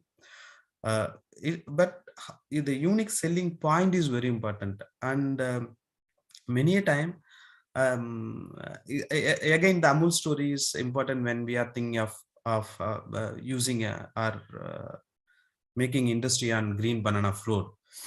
As a country, we may not necessarily to have a bigger industry, but then each self-help group not necessarily have their own brand. Under the single brand, we can make a banana flour that should have the same composite quality, and it should not change from batch to batch. Many times what happens, the entrepreneurs are making a banana flour and it varies for each district. There may be 1,000 self-help group, and everyone pack the product on stand-in pouches and they display. When we go on to exhibitions, there may be at least some 10-15 different FPOs. They display the products on stand-in pouches. So everyone will tell that they are just having a green banana flour or cookies or biscuits without any even a unique selling point, even though they perhaps not aware of how to even pitch it. Because that's the reason I intentionally put the self-help group, not necessarily the traditional way of keeping the women with kind of so we have to attract a rural youth, urban youth. We have to bring lot business mindset in how to pitch our product. Ultimately, anybody can give technologies, be it our institutions or universities. Technologies are plenty. Even YouTube itself is giving a technology. But then how we are going to market it, that needs some additional knowledge on pitching the product, placing the product, and what to highlight and what we should not highlight. Like parachute is the best example of how to do the business, because parachute, though they add a mineral oil also into their product, they never show that. They will make that it's a coconut oil. When And the second one is like they may add only 0.001% of a saffron or lavender, but then that will be in the label. They will not show a coconut if they are thinking of solutions for hair fall or something like that. But then their label will have a bigger picture of a lavender or jasmine and lesser of a coconut. And the third is like if the parachute oil in a dark blue can, that a typical traditional can, then it's 100% coconut oil. And they to have a tax benefit, they made that as a cooking oil, not as a hair oil, even though that we are using for as a hair oil, because if it's a cosmetics, then that will attract more GST, 18%. And if it is a cooking oil, then it's only 5% GST. So it's about how we are doing our business, how smart we are on. There is nothing wrong here, right? Because they haven't hide anything. They have put everything right. It's about how they are doing the business. So the kind of that business acumen is also very important. Not necessarily is only always about the technologies. How we are doing it is very important. So in that case, when you are just making a banana bread, give it its USP, like, okay, it's having a resistance charge, it's low glycemic, it has a high fiber, unlike a normal white flat bread or white bread.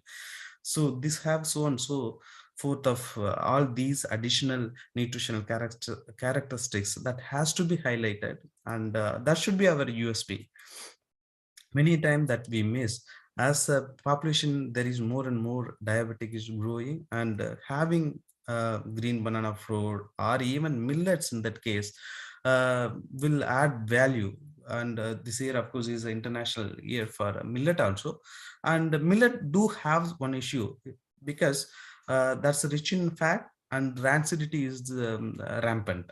So adding another maybe 2% in a millet flour will reduce the rancidity, and equally will lesser the fat content also. So not necessarily in any items, whenever we are making a food products, we no need to just again close our eyes and just we have to go like, okay, I will add 30% of millet, surely we'll get a bread, surely we'll get a biscuits, surely we'll get a pasta. But then it should add value to the money, it should add value to the nutritional characteristics, it should add also value on the sensory parameters. That's very important. And there are when we are thinking of a banana flour, there are products like baby foods, health drinks, soup mixes, all these products can be made. You name it and we have it. That's the kind of technological solutions that we have as an institute. And there are many extruded snacks that you can make from the green banana flour. And banana starch is another technological solutions, and that can be incorporated in many products. Like a fructose corn syrup, you can also make a glucose syrup from the bananas. And when it comes to ripe bananas, we never thought about it for quite a long period, and off late we are giving emphasis on using ripe bananas also. Simple processes like banana fig, we know that. And again, like, you should not add more cost to the product, and just making some changes will attract also the kids. And once you are having a ripe puree, any product like a marmalade, jelly, jam, fruit butter, everything is possible. And we recently have find the solutions like yogurts. Now even we thought curd, we used to call it as a curd. Now yogurt is there in the market, and we have now strawberry, blueberry, raspberry based yogurts in plenty in many supermarkets. So surely banana also can find a place, and it can be even sold at a lesser cost than other yogurts, other flavors. And we can also think about having a hybrid models, like having both blueberry and strawberry and bananas, blueberry and bananas. This is another one technology that we have recently developed because the health benefits of basil seed. can also be incorporated into a banana juice. It's only because like extra, what is extra in it? So extra is like, okay, we have incorporated a basil seed, we have suspended it, and so you can have both the benefits, not only as a coolant, but it also can add value in whatever you take. And the cordials, RTS, squash, carbonated drinks. In all those places, we can also add a banana as a product. And when it comes to fermented beverages, wine, everyone knows, okay, it is possible. Then we would like to emphasize more on vinegar part. A fruit vinegar, synthetic vinegar is there. Then now cider vinegar alone is there. Cider vinegar is of course costly, but even then there are plenty of market opportunities, and the market is growing for cider vinegar. So typically, even from banana also we can make vinegar out of it. So we no need to have a clarified juice. For wine, of course, we need a clarified juice, and for vinegar, we would like to make vinegar that is like with its residues. So it's a cider, not necessarily fully processed, fully fermented, fully filtered. So vinegar is the one option where the young entrepreneurs can seriously thought about it. And ripe, as our director said, like ripe banana powder, because making a banana flour is very easy. It doesn't require so much of technological interventions, but then converting ripe banana into a powder, of course, needs some technological interventions. And the Western countries have perfected technology using a freeze dryers or spray dryers. But for us, using a spray dryer or a freeze dryer may not be the possible solutions. We came out with the low cost solutions using our own conventional dryers. We can surely make a better product that's almost equivalent to a spray dried product. And this can be a supplement and a complementary sugar, where you are thinking of taking a fructose rich products. Because when we are thinking of replacing white sugar, even if you take a brown sugar also, that's also a sucrose. So fructose is the good option. And of course, this also have some issues. We should not take more of sucrose, but then whatever we take is very less. Utilizing a waste, when we are thinking of circular economy, utilizing waste is has to be thought about it. And be it male flour, be it peel or stem or rhizomes, all these products has tremendous opportunities to be used in various food applications. Stem juice, as we discussed earlier, when we are thinking of minimally processed cut stem slices, typically some part can also be used as a stem juice. And now everyone is talking about probiotics, prebiotics. So this biotics is also important, and we have to give emphasis on all these items, because functional foods, designer foods, smart foods, this is how the future industry is going to work on. So we just can't make only a product that cannot have a higher reach. So we should have a proper health claim, proper nutritive claim, and we have to conglomerate all these biotic approaches to give a better product to the market. And banana starch or the rhizomes or central stem, all these are the better candidates that can be used for making these smart foods. And rhizome, now tissue culture is being promoted, and the farmers are not using rhizomes, and they're just throwing it. Unlike old times, where at least the data suckers, the sword suckers, normally they use for planting. With the use of tissue culture, naturally the farmer is going to discard all his rhizomes over the years. So this rhizome also can be used in better way, like the way the lotus rhizome is now being there in the market. So minimally processed rhizomes can be developed, And the another solutions that now recently we have developed is like using a rhizomes for making a extruded products. So this is almost like a kurkure and tastes like a kurkure and has a higher fiber. So and with a good starch. So higher fiber, good starch, and better palatability. This rhizome based puffed product can also be promoted in the market. And banana peel, again, like when we are thinking of chips, peel is the waste. The peel can be promoted in a better way. Either that can be converted into a pectin, or that can be used in a cosmetic solutions, or that can be used to extract a nutraceuticals, or simply that can also be used to make a banana peel pickle. So when we are thinking of a stem pickle, peel pickle, or flower pickle, how we are again going to pitch that in a market is very important. So these are all pickles have a higher potassium and lower sodium. So this can be promoted as a low sodium pickle.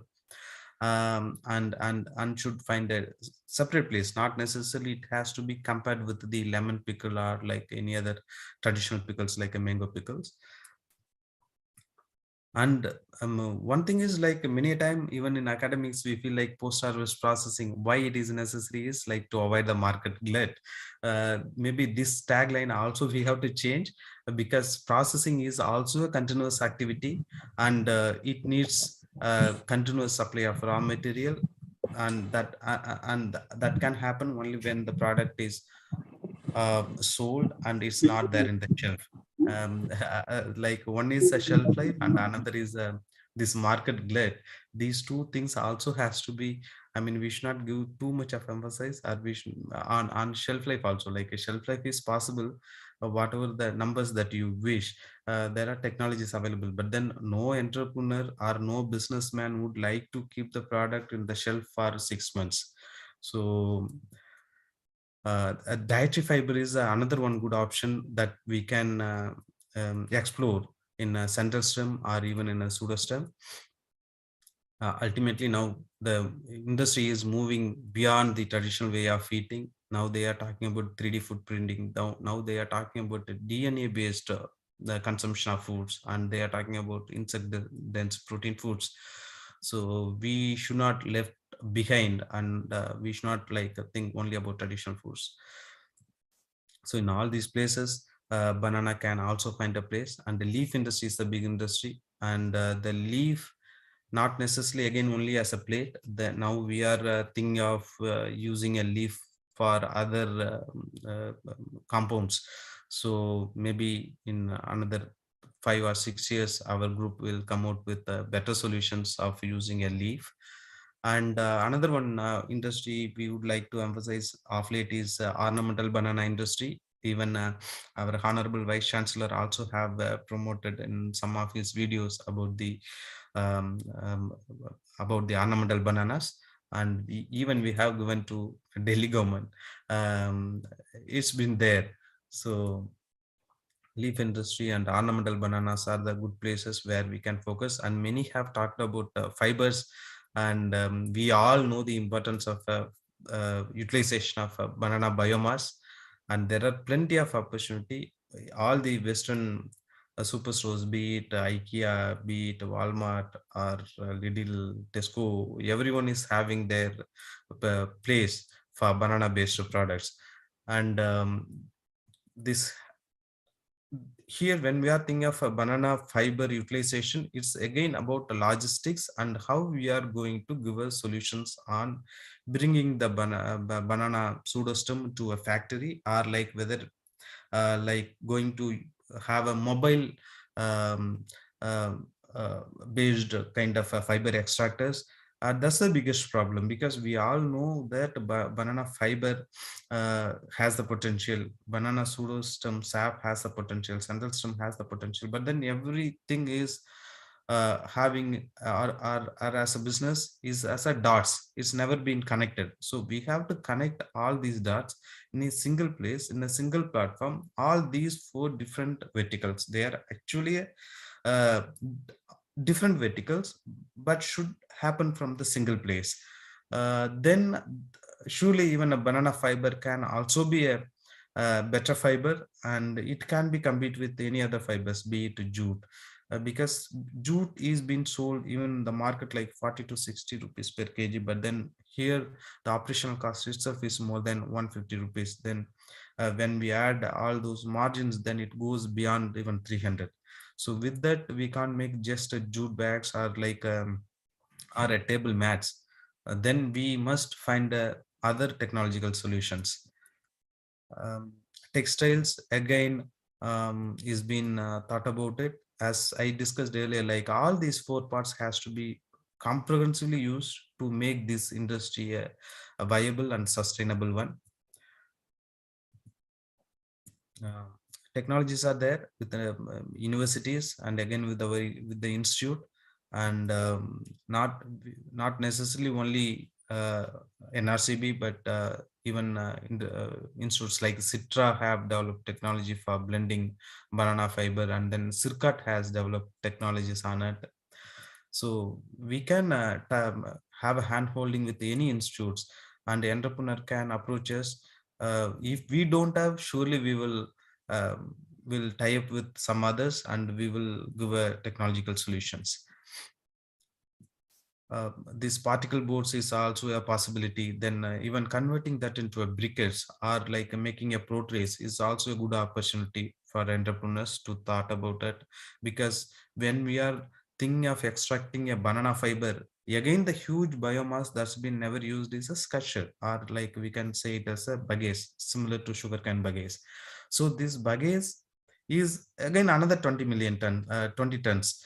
So this has to be effectively used. That's possible only again, like if we just convert that into a compost, then that's low end applications. Then you have to think about some high end applications, be it particle boards, be it converting that into a briquettes or protease. These are other options that's there in the market with the institutes, and the entrepreneurs can exploit those options. And now recently we have also extracted cellulose out of it, and this cellulose can be converted into microcrystalline cellulose or like a nanocellulose, as even direct research has talked about it. Like the cellulose and hemicellulose is the most commonly produced natural polymer, and that's been there in all the applications, be it engineering applications, pharmaceutical applications, biomedical applications, or even our agriculture applications. It's been used. So we also can explore how we can extract a cellulose out of a banana pseudostem, and that can be incorporated in already existing supply chain systems. And the bioplastics can also be made using either banana starch or cellulose. And ultimately the circularity is very important. Connecting all the dots are very, very important, and governments are continuously trying to connect all those dots, because as a whole the industry is having a lot of high overheads, and it's typically impossible for our young entrepreneurs to invest a lot of their money on machinery part. And that's the reason government has come out with one district one product program, and they have established so many incubation centers in many institutes. And we invite entrepreneurs to come to us and utilize our facilities, and they are all just with like a throwaway cost. The facilities are available in all the universities, not only with us. In many of the universities has a very good incubation platforms. Please use those platforms, and the entrepreneurs has to come to us, and the idea should be from your side. Many a time they ask marketing opportunities.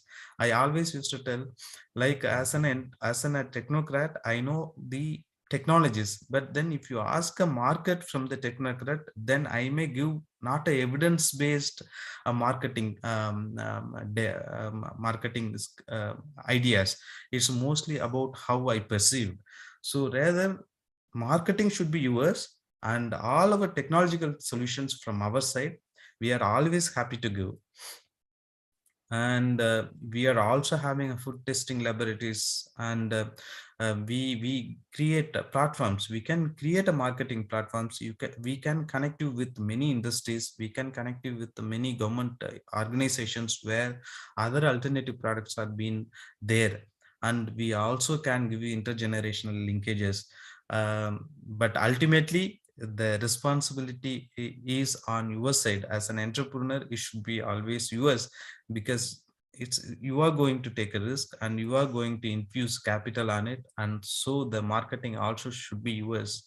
And it's typically well known that in India more than 99.99% startups are not a functional one after 3 years. It's only because like they come out with the good ideas, but then they don't know many a time how to market it, how to pitch their product in the right places. So that's the place where as an entrepreneur you have to concentrate. And once you are crossing that valley of death, naturally there will be many people who will support your enterprises. And use all the platforms, use all these social media ICT platforms. um, wo wo दिखता है वो ये बिकता है. So we have to sell ourselves. So those days are over, like somebody will come and appreciate your products. So it will not happen. So the shelf life is very less.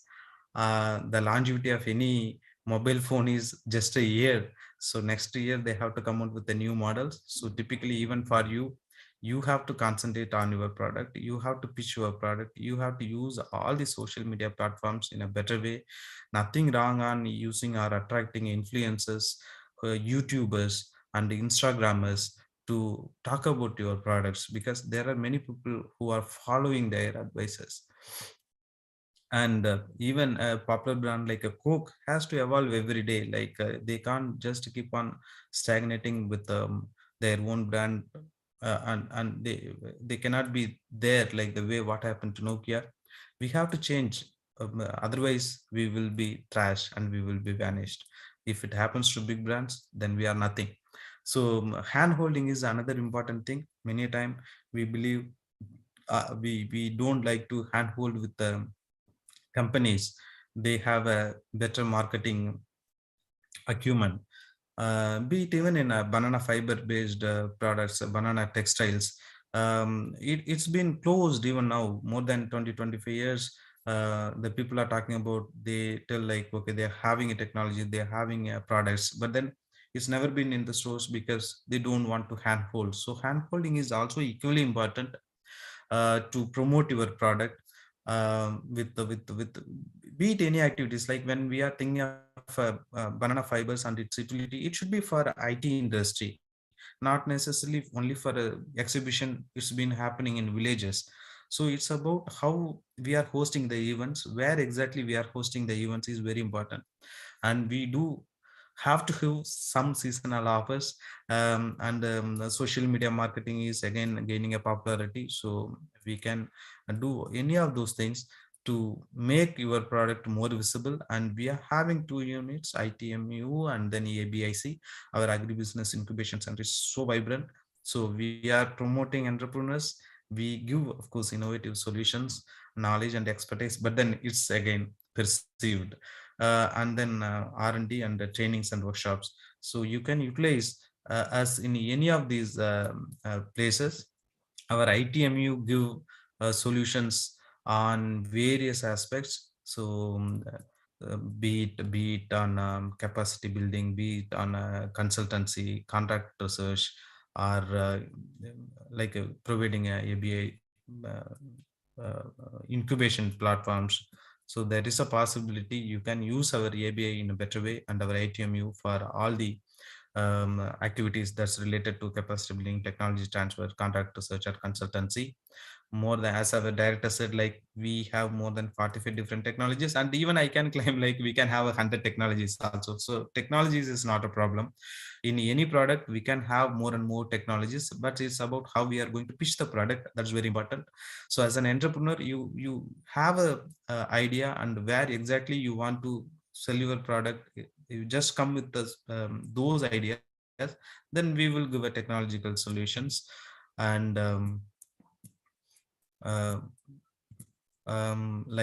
this is a newly established incubation center in our place. It's more than 2 crores worth of equipments are there.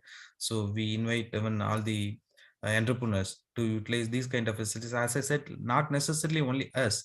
Many universities are having these kind of facilities. KVKs are having these facilities. So utilize all those opportunities. We give technology transfers to many entrepreneurs from different states, and even we have given a technology transfer to, of course, this number is very less. As again our director said, we would like to give more and more technology transfers to Andhra Pradesh. We already have a MOU with the AP Food Processing Society. I think it's a stuck up somewhere. Otherwise, they are supposed to have technology transfer last year itself. And we also have a technology MOU with the university. Already VCSA has given some 2-3 students to us, either in terms of like a master's program or PhD program. So we are happy to associate with the university and with the department in all the possible ways. These are some of the commercialized product from our entrepreneurs.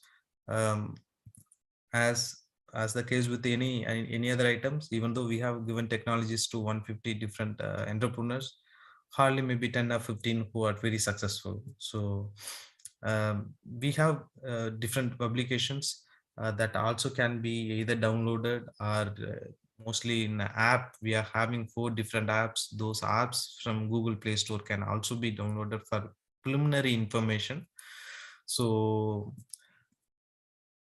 and one thing is like the government has to change the way they treat bananas. They can also think about using bananas in their normal midday meal programs and many other their government schemes. And doctors has to be advised properly about the health benefits of banana. They should not come out with only "don't eat banana" kind of a tagline. And the chef has to use more and more bananas on their recipes. And branding and digital marketing is very important. So ultimately, like if we eat safe and eat healthy, eat sustainable, that's a eat right environment, and everyone is talking about it. And thanks for all the opportunity and the patience in listening for more than an hour. Thank you, everyone. And you can approach us either with the director NRCB or ITMU or my personal mail ID. Thanks, everyone. And thanks for the opportunity.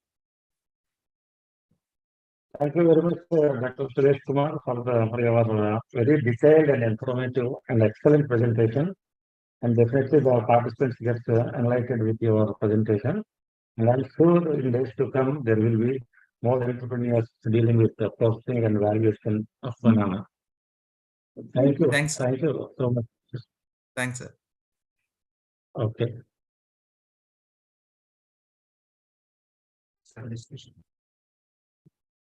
Madam? Suresh, you will be there after the one more presentation is there. After that, you are there. Yes, no? sir. I'm here. Yeah, I'm here. Sir. Okay, okay. Thank you. Yes. Now I request Dr.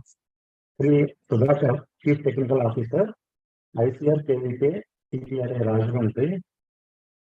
He did his MSc in botany from Magra University and joined as the technical officer in the year 1984 at CTRA KVK. He has rendered more than 35 years of service as an extension officer and organized many skill-based training programs for income generation with video-based raw materials. Almost more than 181 short duration, 2 to 3 months duration training programs also has organized not only in Andhra Pradesh and in other states, Telangana, Tamil Nadu, Kerala, Karnataka, Maharashtra, West Bengal, Odisha, Gujarat, Chhattisgarh, New Delhi, Assam and Nagaland. Actually, this yes, given training to rural and tribal areas, particularly with the Palmyra leaves, Palmyra plants, banana pseudostem, fruit bunches, stalks, flower fiber, vesta fiber, tissue fiber, tea shells, other leaves, etc. Almost more than 3,000 trainees were given training, and it has so many radio talks, TV shows, demonstrations, etc. He has developed technologies, particularly he has developed design, developed and popularized all the fiber separator missions for extracting fiber from Palmyra plants, banana fiber extractor missions for extracting fiber from banana stems, bamboo slicer come incense stick making machine, and Technologies developed and popular in fiber extraction from empty fruit bunches of oil palm, coconut husk removal machine, up and plate making, making using bamboo, column sheets, and he has got several awards, particularly All India Industrial Best Invention Award 1999 and ICR Outstanding Extension Worker Award in the year 1999 and patent rights granted for this Palmyra from fiber separator mission in the year 2009 and this President Award for Best Stall at Agriculture Conference for Women in Agriculture, New Delhi in the year 2012 and the ICR Best Technical Personnel Award in the year 2016. So we have Sudhakar with us for the presentation, particularly on banana fiber extraction and value-added products. Please.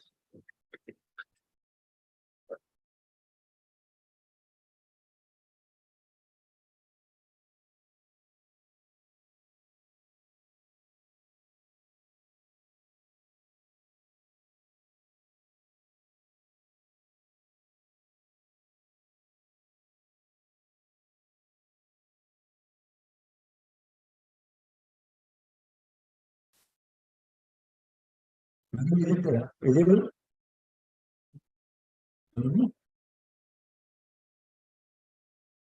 Hello.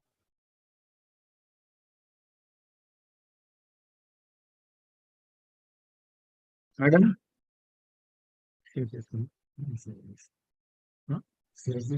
Madam? visible, sir. Yes, yes. Go to slideshow mode. Okay. Is Yeah, it now it is- madam?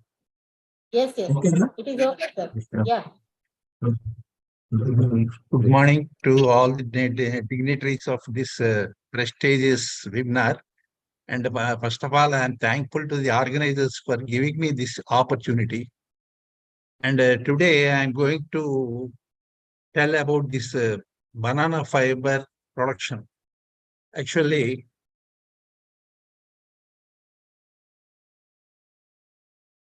in India, this banana is cultivated in an area of 6.68 metric hectares with an annual production of 16.8 million tons. It contributes 26% of our total global production. In India, about 1,000 millions of banana pseudostems are dumped as waste. And in Andhra Pradesh, especially annually 80 million banana stems are dumped as waste.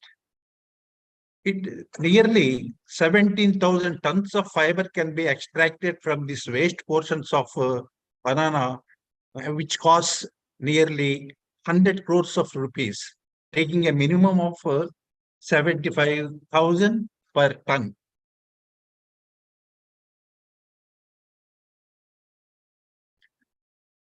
Generally, the banana fiber extraction is a traditional process which habituated generally in Kerala state. With the help of the scrappers, that is rumpis or wooden scrappers, the fiber can be the banana stems are cut into sheets, and by placing over a wooden plank, they are extracting the fiber by manual process. An expert person can hardly produce 500 grams of banana fiber by these manual methods.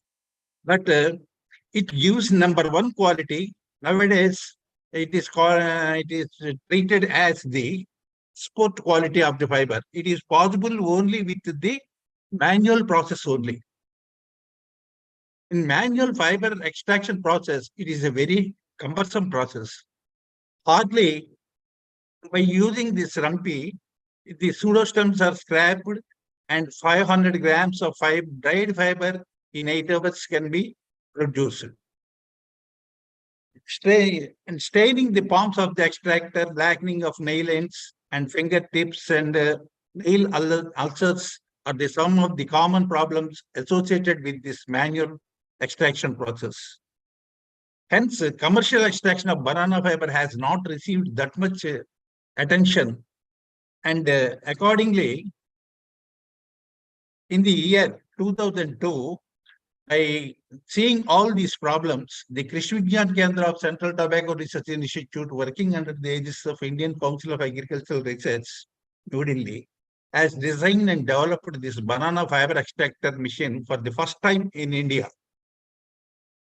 It extracts fiber from waste portions of banana, such as pseudostems, peduncle, and leaf stalks. The fiber extracted from the banana pseudostems is an very good quality, and then comes to the peduncle. But the fiber extracted from these leaf stalks can hardly use for the household purpose, but not for any other commercial aspects. This particular machine, it operates with a single phase 1 HP electric motor, and a single person and dual persons can operate on this machine.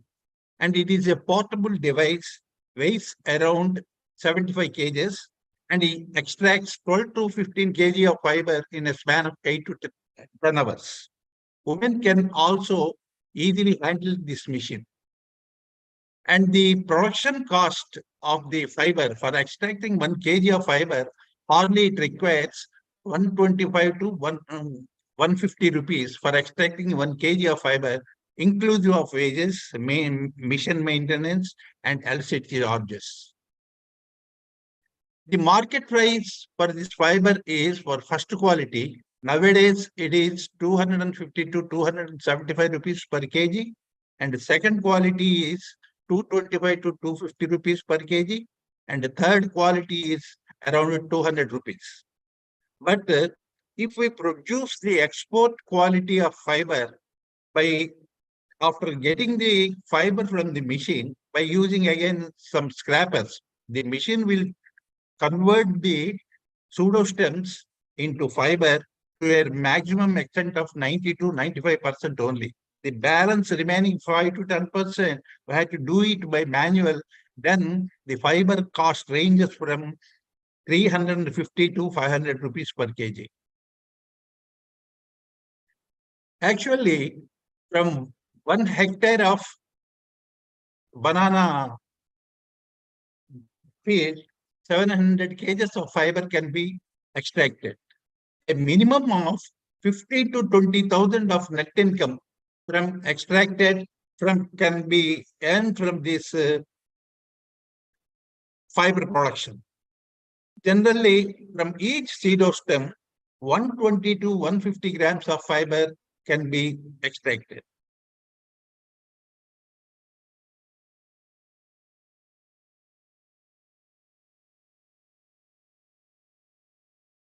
What are the important tips for extracting the banana fiber?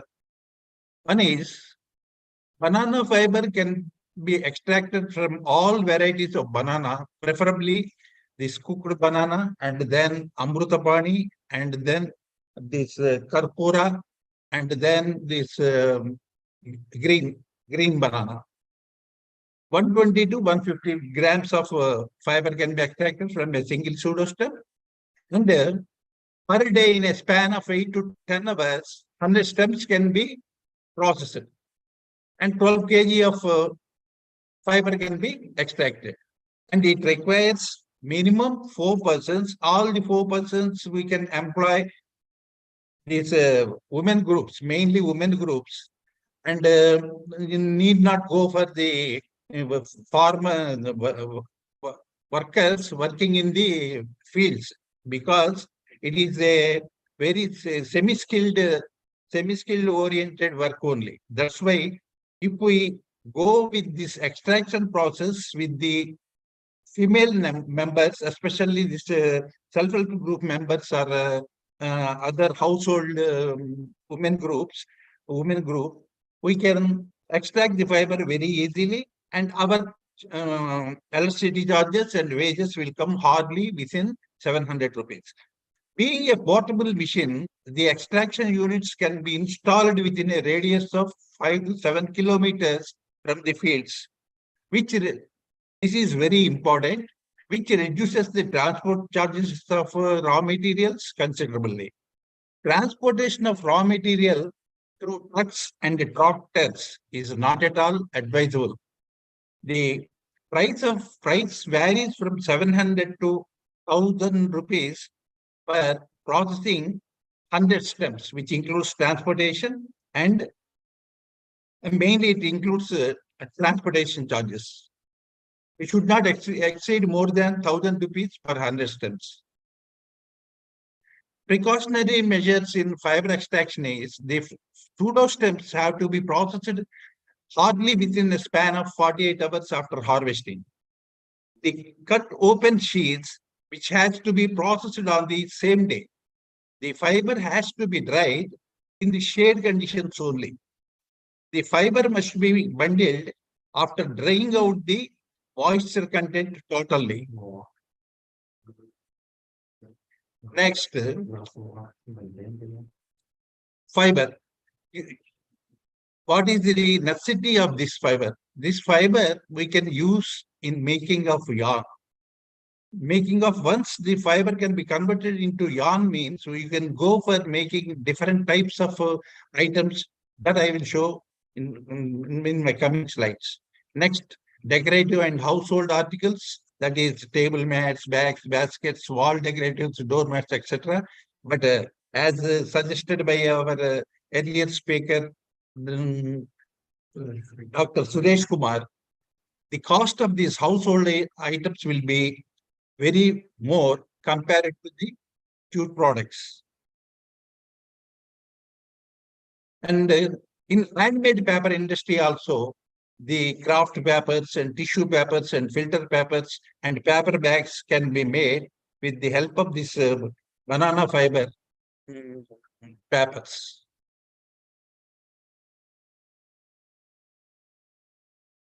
And in Japan, the currency notes are being prepared with this banana fiber. And also in textile industry also we can use, and especially paper having a longevity of 700 years can be prepared from this banana fiber. That we are particularly seeing in the handmade papers of Rajasthan, Jaipur, where Sanganer is there. There they are preparing this type of papers and they are having a lot of export potential. This fiber is having very good export potential, and Philippines is exporting 50,000 tons of banana fiber every year to USA. And handmade paper is having a very good export potential in European countries, and especially in Maharashtra and Rajasthan. The handmade paper industries are producing this type of eco-friendly, 100% chemical-free handmade papers, and particularly the tissue papers are also being prepared from these industries, and they are exporting to these European countries every year.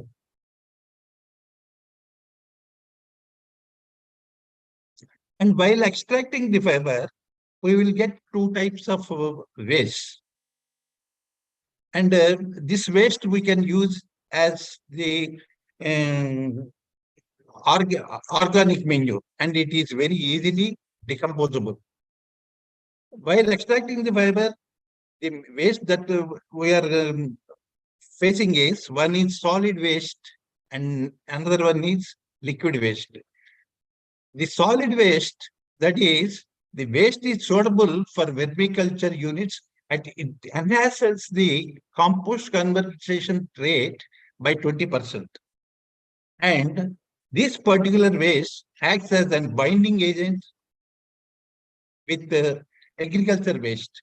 That means this East Godavari area is a very potential area for coir production. So while extracting the coconut fiber, that is coir from coconut husk, the coir pith is coming as waste. By mixing this coir pith and banana fiber solid waste in 1:1 ratio, we can prepare the excellent briquettes, and which is also having the high calorific value nearer to coal. That is, it will be around 5,000 kilocalories.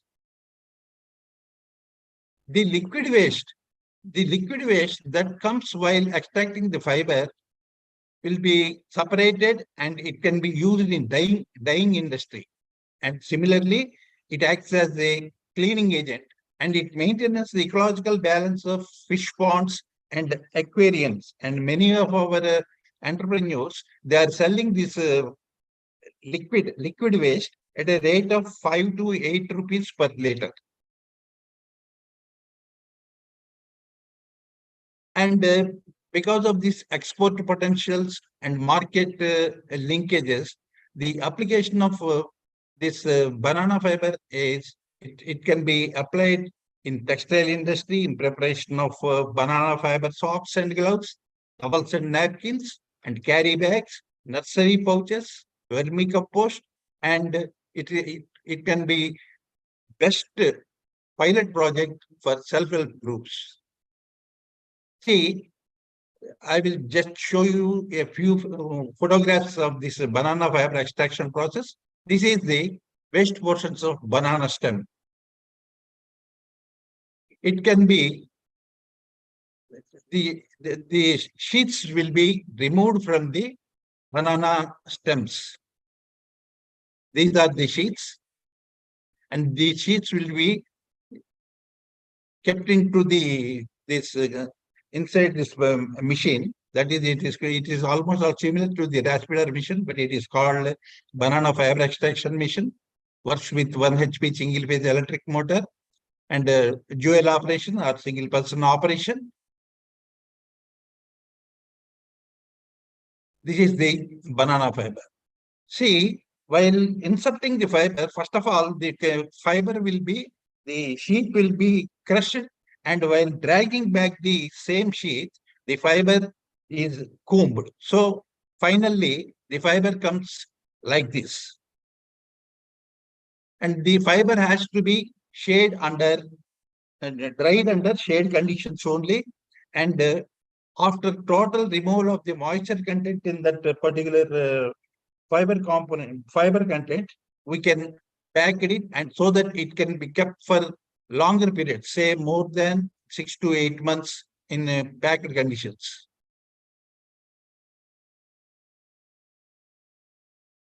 See, this is the one extraction unit we placed at Rawalpalam with women groups. And this is the fiber.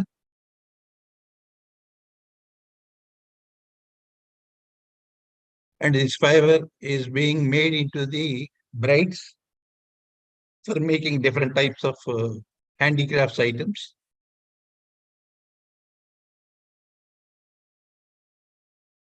See, all these mats are put over this mat. That mat is being made with the banana fiber only over handlooms. The warp is cotton and weft is banana fiber. These are few handicrafts items that were prepared with the banana fiber by using natural dyes. This is the different types of a few papers, that is crude papers. This is the cloth made with banana fiber. This is also the banana fiber cloth made at hand loops.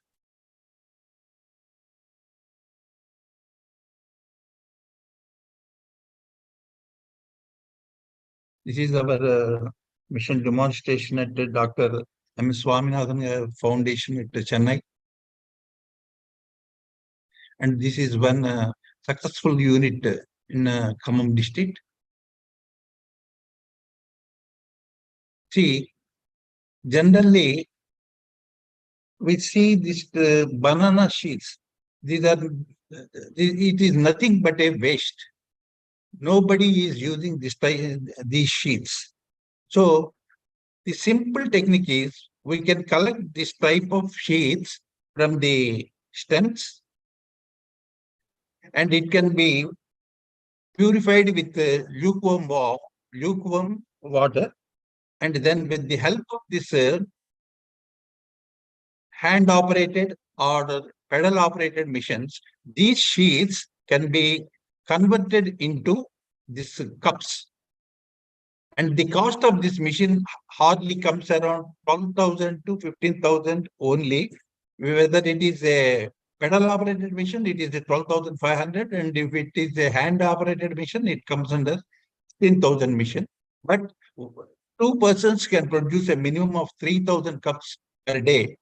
And the investment is very less, no need of any binding agent and no need of any supporting base material for these cups. And these are eco-friendly and easily degradable items, but we can go as a self-employment avenue for the women groups. These are the banana textiles.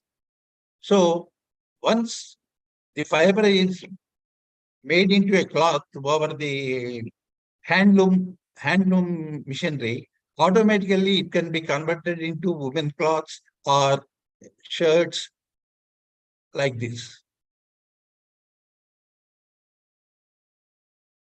So this is the another product. See, the banana fiber which produces from the stem, which comes out of the stem, we can convert them into the yarn by using these motorized rats. So with the help of the motorized rats, two strands can be fed up into the machine, and automatically two ply yarn will come out. And this yarn, we can make use of it in making of different items like this sitting mats and yoga mats, and then this pillow covers like this. And one more thing is, while processing the banana fiber, we will get the waste. Waste scrap is coming. That scrap we will put within these bags and within these pouches, and it can be given these cushion effects for these pillows or seating covers. Thank you very much, sir. Thank you very much. Thank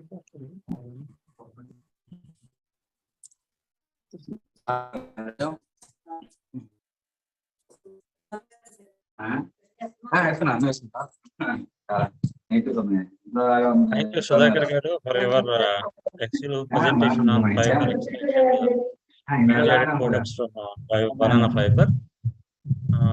Now it is the time. Now it is the time. We have two entrepreneurs with banana entrepreneurs to share their experiences for the participants. Now, Vengaiah గారు కొద్దిగా mute చేయండి. వెంగయ్య గారు, please mute your.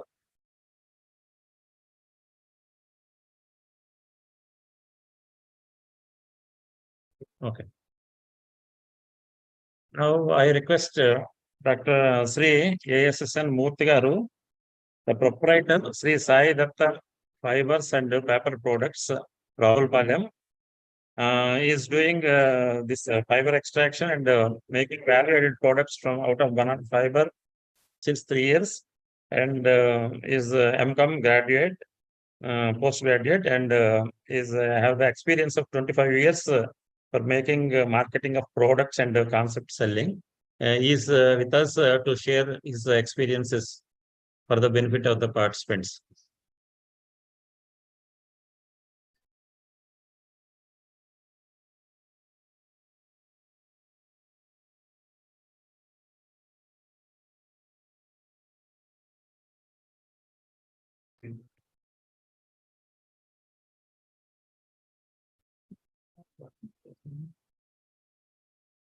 Namaskar to everybody, especially YSR Horticulture University arranged this webinar today. So I'm very much happy to participate in this webinar. as an entrepreneur.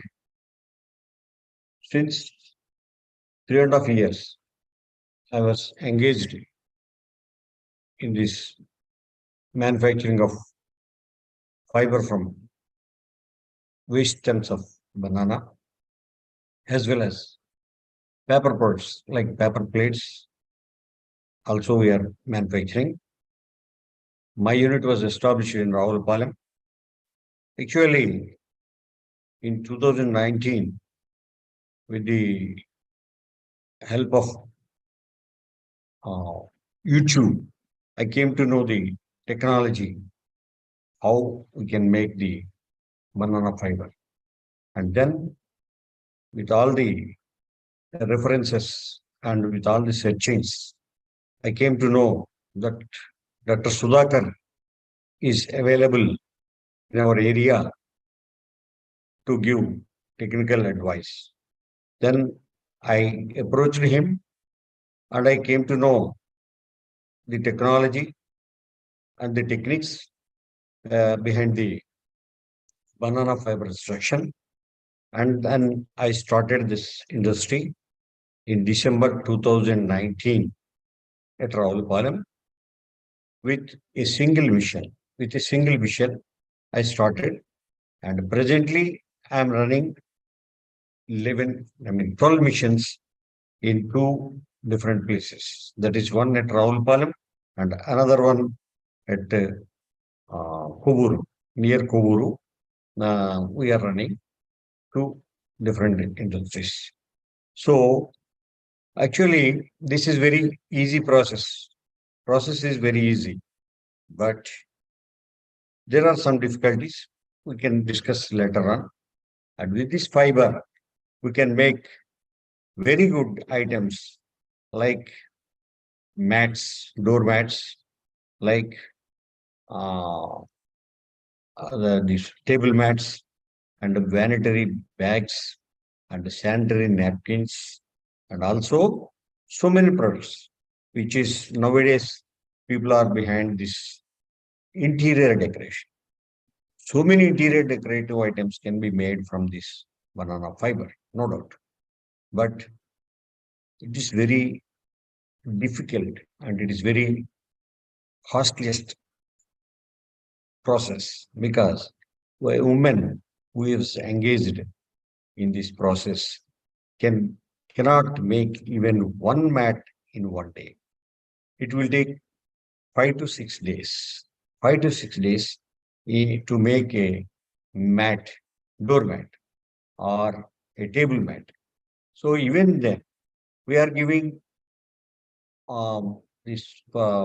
training programs. We are conducting training programs because my people, that is my workers, who became experienced and they became master.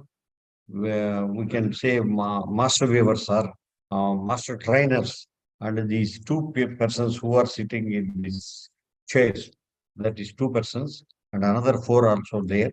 So now presently I am maintaining 30 workers with my industry. Out of 30, 6 to 7 people are master trainers, and they are giving training to the people, self-help groups, with the help of NABARD and other NGOs. So NGOs means presently we are conducting these programs for 90 people at Eliswaram and the surroundings.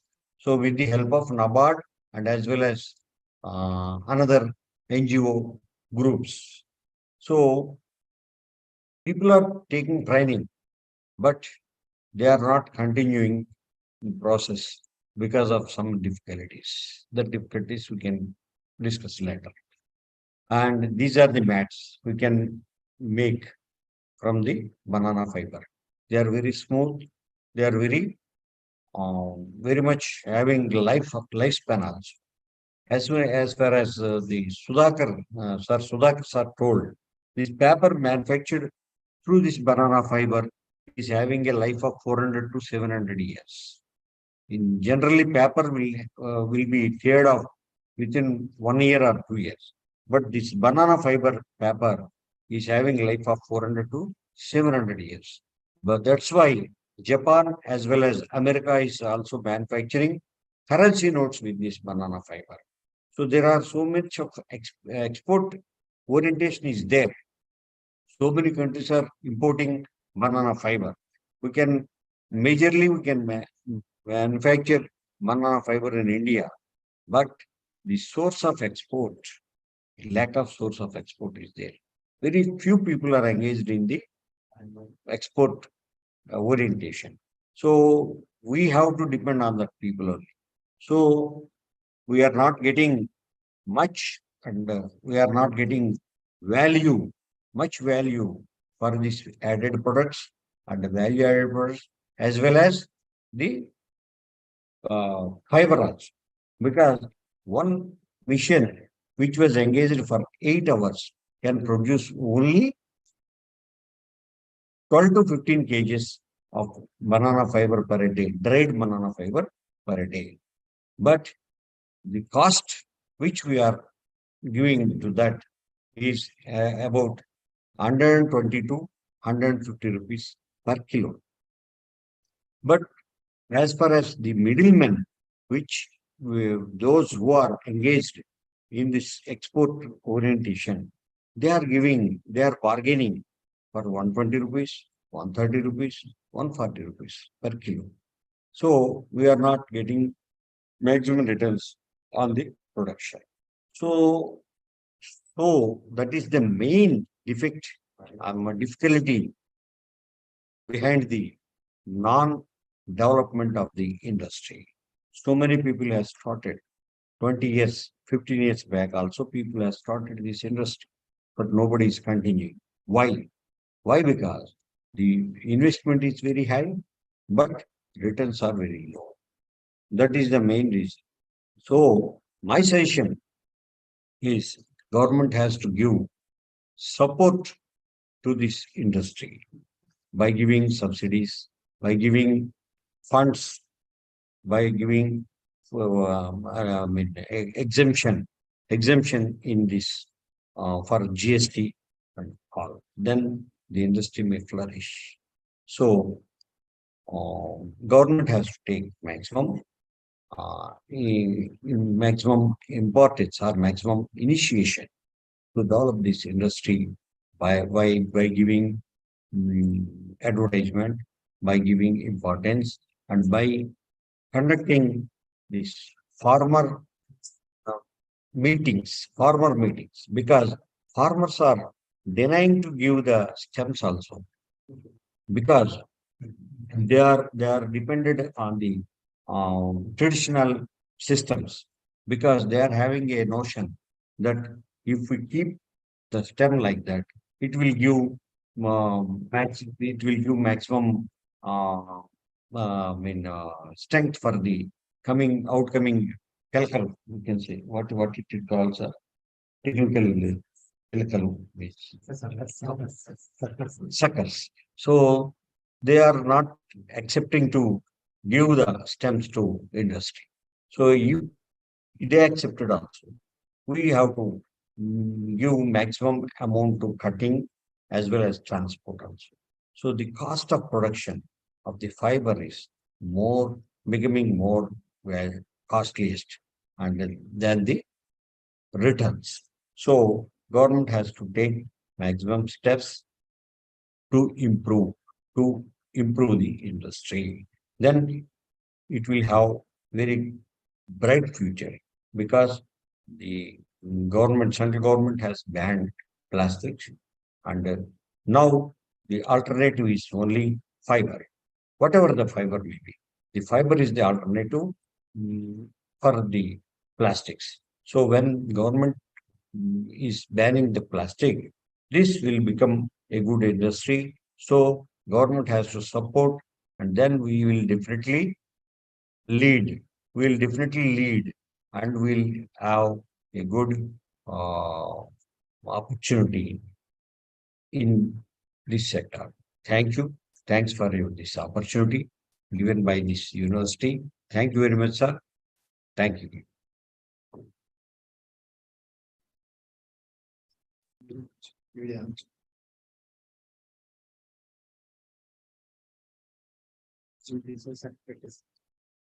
Thank you, Mukti garu, for coming over to our registration and sharing your experiences on banana fiber extraction and value addition. Definitely, from your presentation, in the days to come, many more young entrepreneurs will come, and because our East and West Godavari district are cultivating more than 30,000 hectares of this banana. So definitely your talk helps to the new entrepreneurs. Thank you very much.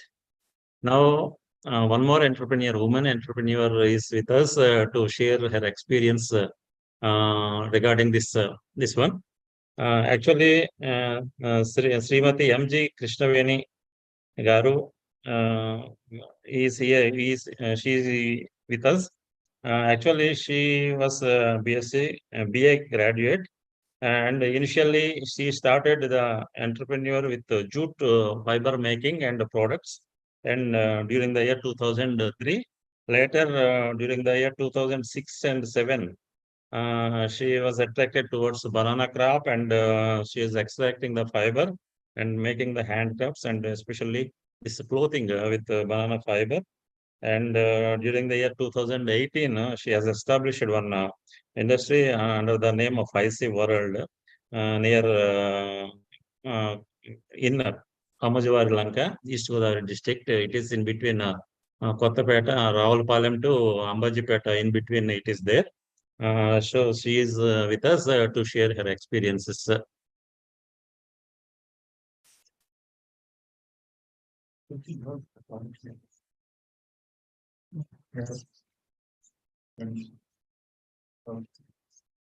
నమస్తే.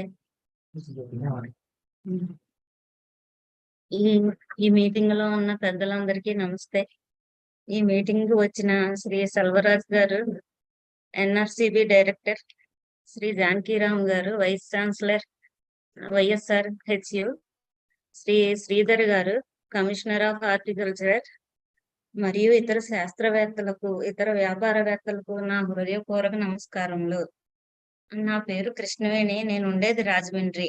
నేను ఒక house wife ని.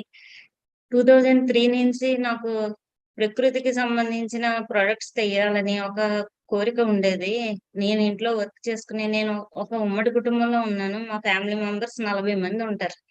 So మా ఇంట్లో work అయిపోయిన తర్వాత magazines చూస్తూ, టీవీలో వచ్చే ప్రోగ్రామ్స్ చూసేదాన్ని.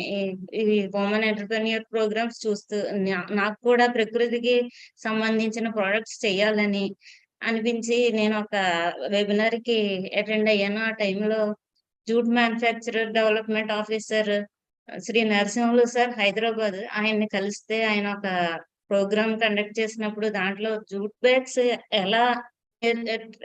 ఎలా తయారు చేయాలి అని నేర్చుకున్నాను. నేర్చుకుని 2006 లో నేను మా ఊర్లోనే ఒక యూనిట్ స్టార్ట్ చేశాను. స్టార్ట్ చేసి ఒక 15 మెంబర్స్ కి ఎంప్లాయ్మెంట్ ఇచ్చి జూట్ బ్యాగ్స్ తయారు చేసేదాన్ని. కాకపోతే ఆ టైంలో నాకు కొన్ని ఛాలెంజెస్ ఎదురయ్యాయి. ఏంటంటే జూట్ తీసుకురావడం వెస్ట్ బెంగాల్ నుంచి కావాల్సిన మెటీరియల్ అనుకున్న టైంకి నాకు అందేది కాదు. నాకు కావాల్సిన డిజైన్స్ నాకు అనుకున్న టైంకి వచ్చేవి కావు. అప్పుడు నేను మా వైపు ఉన్న రిసోర్సెస్ ఏంటి, మా వైపు ఉన్న వాటితోనే మేము తయారు చేసుకోవచ్చు కదా అని అనుకుంటే, అదే నరసింహులు సార్ నాకు అడ్వైజ్ ఇచ్చారు. మీ వైపు కేవీకే సుధాకర్ గారు బనానా ఫైబర్ గురించి చాలా ప్రోగ్రామ్స్ కండక్ట్ చేస్తున్నారు. ఆయన దీని మీద చాలా వెబినార్స్ అన్ని ఇచ్చారు, రీసెర్చ్ చేశారు. ఆయన్ని కలవండి అని నరసింహులు సార్ చెప్తే, నేను అప్పుడు కృషి విజ్ఞాన కేంద్రం సుధాకర్ సార్ని కలిశాను. కలిసి ఆయన చెప్పినవన్నీ నాకు చాలా బాగా ఇన్స్పైర్ అయ్యాను. ఆయన ఇచ్చిన డెమోస్ చూసి, ఆయన ఇచ్చిన ప్రోగ్రామ్ డిజైనింగ్స్ అన్ని చూసి నేను చాలా ఇన్స్పైర్ అయ్యాను. ఇన్స్పైర్ అయ్యి ఆ సార్తోనే మాట్లాడి, సార్ నాకు ఇది స్టార్ట్ చేయాలని ఉంది, ఎలాగా ఏంటి అంటే, ఆ సార్ ఆ మిషన్ ఎలా తీసుకోవాలి ఏంటి అన్ని నేర్పించారు మాకు. సో నేను 2010 నుంచి 18 దాకా దాని మీద బాగా స్టడీ చేసి 18th లో నేను ఆ వర్క్ మొదలు పెట్టినప్పుడు అదే టైంలో నేను ఎన్ఆర్సిబి తిరుచి వాళ్ళని కూడా కలిశాను. కలిస్తే సురేష్ సార్ మాకు దీని గురించి చెప్పారు. అక్కడ సూడోస్టెమ్ తో జ్యూస్ ఎలా తయారు చేయాలని కూడా మేము ట్రైనింగ్ అయ్యాం. సో ఆ టైం ఈ సూడోస్టమ్ ట్రైనింగ్ తీసుకుని ఇక్కడ మేము 2018 లో ఒక మిషన్ పెట్టుకుని మేము మాకు కావాల్సిన ఫైబర్ ని తయారు చేసుకుంటూ హ్యాండ్ మేడ్ ప్రొడక్ట్స్ తయారు చేస్తున్నాం ఆ ఫైబర్ తోటి. ఈ fruit bowl, hand bags, water bottle bags ఇలాంటివన్నీ తయారు చేస్తున్నాం. నా మెయిన్ మోటో ఏంటంటే ఫ్యాబ్రిక్ తయారు చేయాలని కోరిక. ఫ్యాబ్రిక్ కావాల్సిన ఫైబర్ తీసుకోవడానికి మిగిలిన వేస్ట్ తో ఈ హ్యాండ్ మేడ్ ప్రొడక్ట్స్ చేయొచ్చని చేస్తున్నాను. 2010 లో ఈ బ్యాగ్ తయారు చేసామండి. ఇప్పటికీ కూడా ఇది నేను వాడుతూనే ఉన్నాను. అసలు చెక్కు చెదరకుండా ఉంది ఇది. 2010 లో మాకు బైర్రాజు ఫౌండేషన్ వాళ్ళు ట్రైనింగ్ ఇచ్చారు. అప్పుడు ఈ హ్యాండ్ మేడ్ ప్రొడక్ట్స్ తీసుకుని మార్కెట్ లో వీటి గురించి కొంత మేము స్టడీ చేసి ఇవి తయారు చేసి కొంతమందికి సప్లై చేసాం ఆ టైంలో. తర్వాత ఈ మార్కెట్ దీని కాస్ట్ వాల్యూ ఎక్కువ ఉండడంతో మేము మార్కెట్ ని రీచ్ అవ్వడం కొంచెం ఇబ్బంది అవుతుంది మాకు. అదే టైంలో మేము ఫ్యాబ్రిక్ కోసం అని ఫైబర్ తయారు చేసుకుంటూ ఫ్యాబ్రిక్ ని తయారు చేస్తున్నాం. ఈ ఫ్యాబ్రిక్ తయారు చేయడానికి ఒక 60% అచీవ్ అయ్యాం మేము. దాంతో ఒక షర్ట్ అని ఒక బ్లేజర్ అయ్యి తయారు చేసామండి.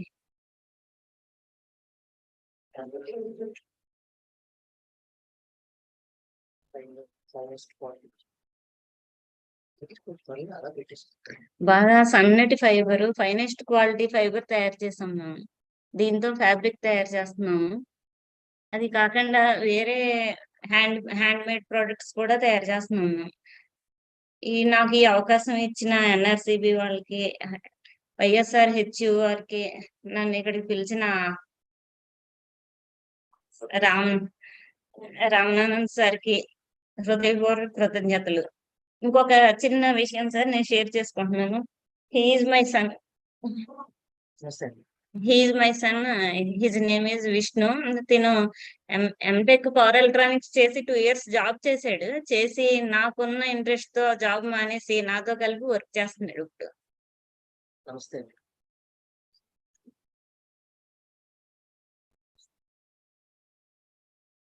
Thank you, Madam Garu,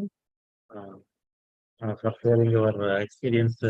Definitely, the women entrepreneurs are definitely motivated with your experience sharing.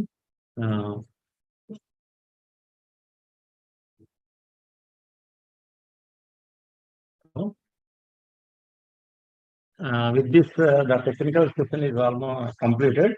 Now it is the time for interaction and discussions on the above topics. And I request Dr. T. Susila, ma'am, Senior Scientist, Horticulture and Head, Banana Research Station, Pulivendala, to coordinate. And I also request Dr. Ravindra Kumar, and Kishore Kumar, all the senior scientists from Vicharas Kovur to assist in this interaction discussion. Thank you, Ramanandan garu. Good afternoon to all. Today, our resource persons enlightened us on value addition from banana fruit and pseudostem. Now the topic is open for discussion. Scientists and officials from Department of Horticulture can clarify their doubts, and they can also interact with the resource persons, Dr. Suresh Kumar, Sri Sudhakar garu, Sri ASN Murthy garu, Srimati MG Krishnaveni garu, on value addition or on fiber extraction. Farmers, రైతులు ఈ కార్యక్రమంలో ఉన్న రైతులు కూడా ఈ value addition సంబంధించిన ప్రశ్నలు ఏమైనా కూడా మీరు కూడా అడగవచ్చు. ముఖ్యంగా చాలా వరకు సూడోస్టమ్ వేస్ట్ అవుతుంది కాబట్టి ఈ సూడోస్టమ్ గురించి అయినా కానీ, లేదంటే లీఫ్ నుంచి తయారు చేసే ప్రోడక్ట్స్ వాటి ఎకనామిక్స్ ఆల్రెడీ మనకు కొంతమంది ఎంటర్ప్రెన్యూర్స్ ఉన్నారు కాబట్టి ఇప్పుడు వాళ్ళు ప్రజెంట్ చేశారు కాబట్టి మీకు ఏమైనా డౌట్స్ ఉంటే మీ క్వశ్చన్స్ కూడా ఈ సమయంలో మీరు అడగవచ్చు. హలో మేడం గారు, నమస్తే అండి. నమస్తే అండి, చెప్పండి. మీ పేరు, ఊరు అది కూడా కొద్దిగా చెప్పండి, మేము రికార్డ్ చేసుకోవాలి. నమస్తే అండి, నా పేరు అలీ హుస్సేన్ అండి. నమస్తే అండి, నా పేరు అలీ హుస్సేన్ అండి. గుంటూరు జిల్లా పేరేజల్ నుంచి మాట్లాడుతున్నానండి. నమస్తే అండి, చెప్పండి. మేడం గారండి, బనానాని పౌడర్ని తయారు చేయడానికి ఏం చేయాలి? బనానాని డ్రై పౌడర్కి తయారు చేయడం, అలాగే మాల్ట్ ఏదైనా తయారు చేయడానికి ఏదో టెక్నాలజీ చెప్పారు. దాన్ని కొద్దిగా క్లుప్తంగా చెప్తే ఉపయోగించడానికి ఉంటుంది. ఎందుకంటే మనకి మంగళగిరిలో ఒకే రైతు 25 ఎకరాల్లో బనానా వేస్తున్నాడు. అదే విధంగా మేము అనంతపురంలో మిర్చి సాగు చేయడానికి ప్రయత్నిస్తున్న సందర్భంలో 100 ఎకరాల బనానా రైతున్నాడు. అది మనం ఎట్లా డిపార్ట్మెంట్ ఆఫ్ హార్టికల్చర్తో కలిసి దాన్ని ఒక ప్రాజెక్ట్ కింద ఎలా చేయగలం? మీరు చేసేటటువంటి ప్రాజెక్టులో ఎలా అనుసంధానం చేయగలమో చెప్తే కొద్దిగా ఉపయోగపడుతుంది. ఎందుకంటే లైవ్ చేయడానికి రెడీగా ఉన్నారు. వాళ్ళు ఫండింగ్ కోసం అమెరికా వెళ్తాం, యూరోప్ వెళ్దాం అని అంటున్నారు వాళ్ళు. ఎందుకే బాబు, మన దగ్గర ఉన్న ఫండే సరిపోతుంది అన్నాను నేను. మీరు ఏ విధంగా టెక్నాలజీ ఇవ్వగలరు? ఏ విధంగా మనం ఇంక్యుబేషన్ చేయగలం? బనానా పౌడర్ మీకు ప్రిపరేషన్ గురించి కొంచెం ఎక్స్టెన్సివ్ గా ఇన్ఫర్మేషన్ కావాలంటే మనం సెపరేట్ గా ఒక ట్రైనింగ్ ప్రోగ్రామ్ లేదా అలాంటిది ఏదైనా మన డిపార్ట్మెంట్ ఆఫ్ హార్టికల్చర్ వాళ్ళతో కలిసి ఏదైనా చేసుకుంటే బాగుంటుంది. మేము అవర్ డైరెక్టర్ ఆఫ్ ఎక్స్టెన్షన్ తో మేడం కరుణశ్రీ గారు ఉన్నారు, ఆమెతో కూడా మేము మాట్లాడి డిస్కస్ చేసి దీని గురించి ఒక ప్రోగ్రామ్ చాకౌట్ చేయడానికి చూస్తామండి. తప్పకుండా doctor Suresh sir can intervene about this. They are just asking about the banana dried banana powder preparation. For that training program at NRC Banana, how many days it should be and how much it costs for training a batch of farmers, sir? In that way we can converge and coordinate. Please throw some light on the training schedule or the training modules you are having for especially this farmer or NGO representative is asking about the drying of banana powder preparation. For that training, how many days it is required and what is the expenditure involved? Sir actually మీరు ఇప్పుడు madam చెప్పిన తర్వాత చెప్పినట్టు మీరు మాతో contact చేయొచ్చు. నా phone number note చేసుకోండి, నేను ఇంకా చాట్ బాక్స్ లో కూడా పెడతాను. 2 days 3 days ప్రోగ్రామ్ అలా చేస్తాం. నార్మల్లీ టెక్నాలజీ ట్రాన్స్ఫర్ అంటే మన ఎంటర్ప్రినర్స్ కి ఇస్తాం, కానీ ఇక్కడ ఫార్మర్స్ గ్రూప్ రావాలంటే నేను డైరెక్టర్ తో మాట్లాడి ఈవెన్ ఒక ట్రైనింగ్ పెట్టుకుందాం, ఇబ్బంది ఏం లేదు.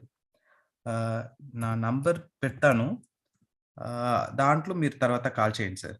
ఇంకా మా డైరెక్టర్ మెయిల్ ఐడికి ఒక మెయిల్ పెట్టండి సార్. ఈవెన్ యూనివర్సిటీస్ కలిపి even as our director sir, మా సైంటిస్ట్ మా టెక్నికల్స్ అక్కడ కూడా రావచ్చు, మీకు ట్రైనింగ్ ఇవ్వచ్చు.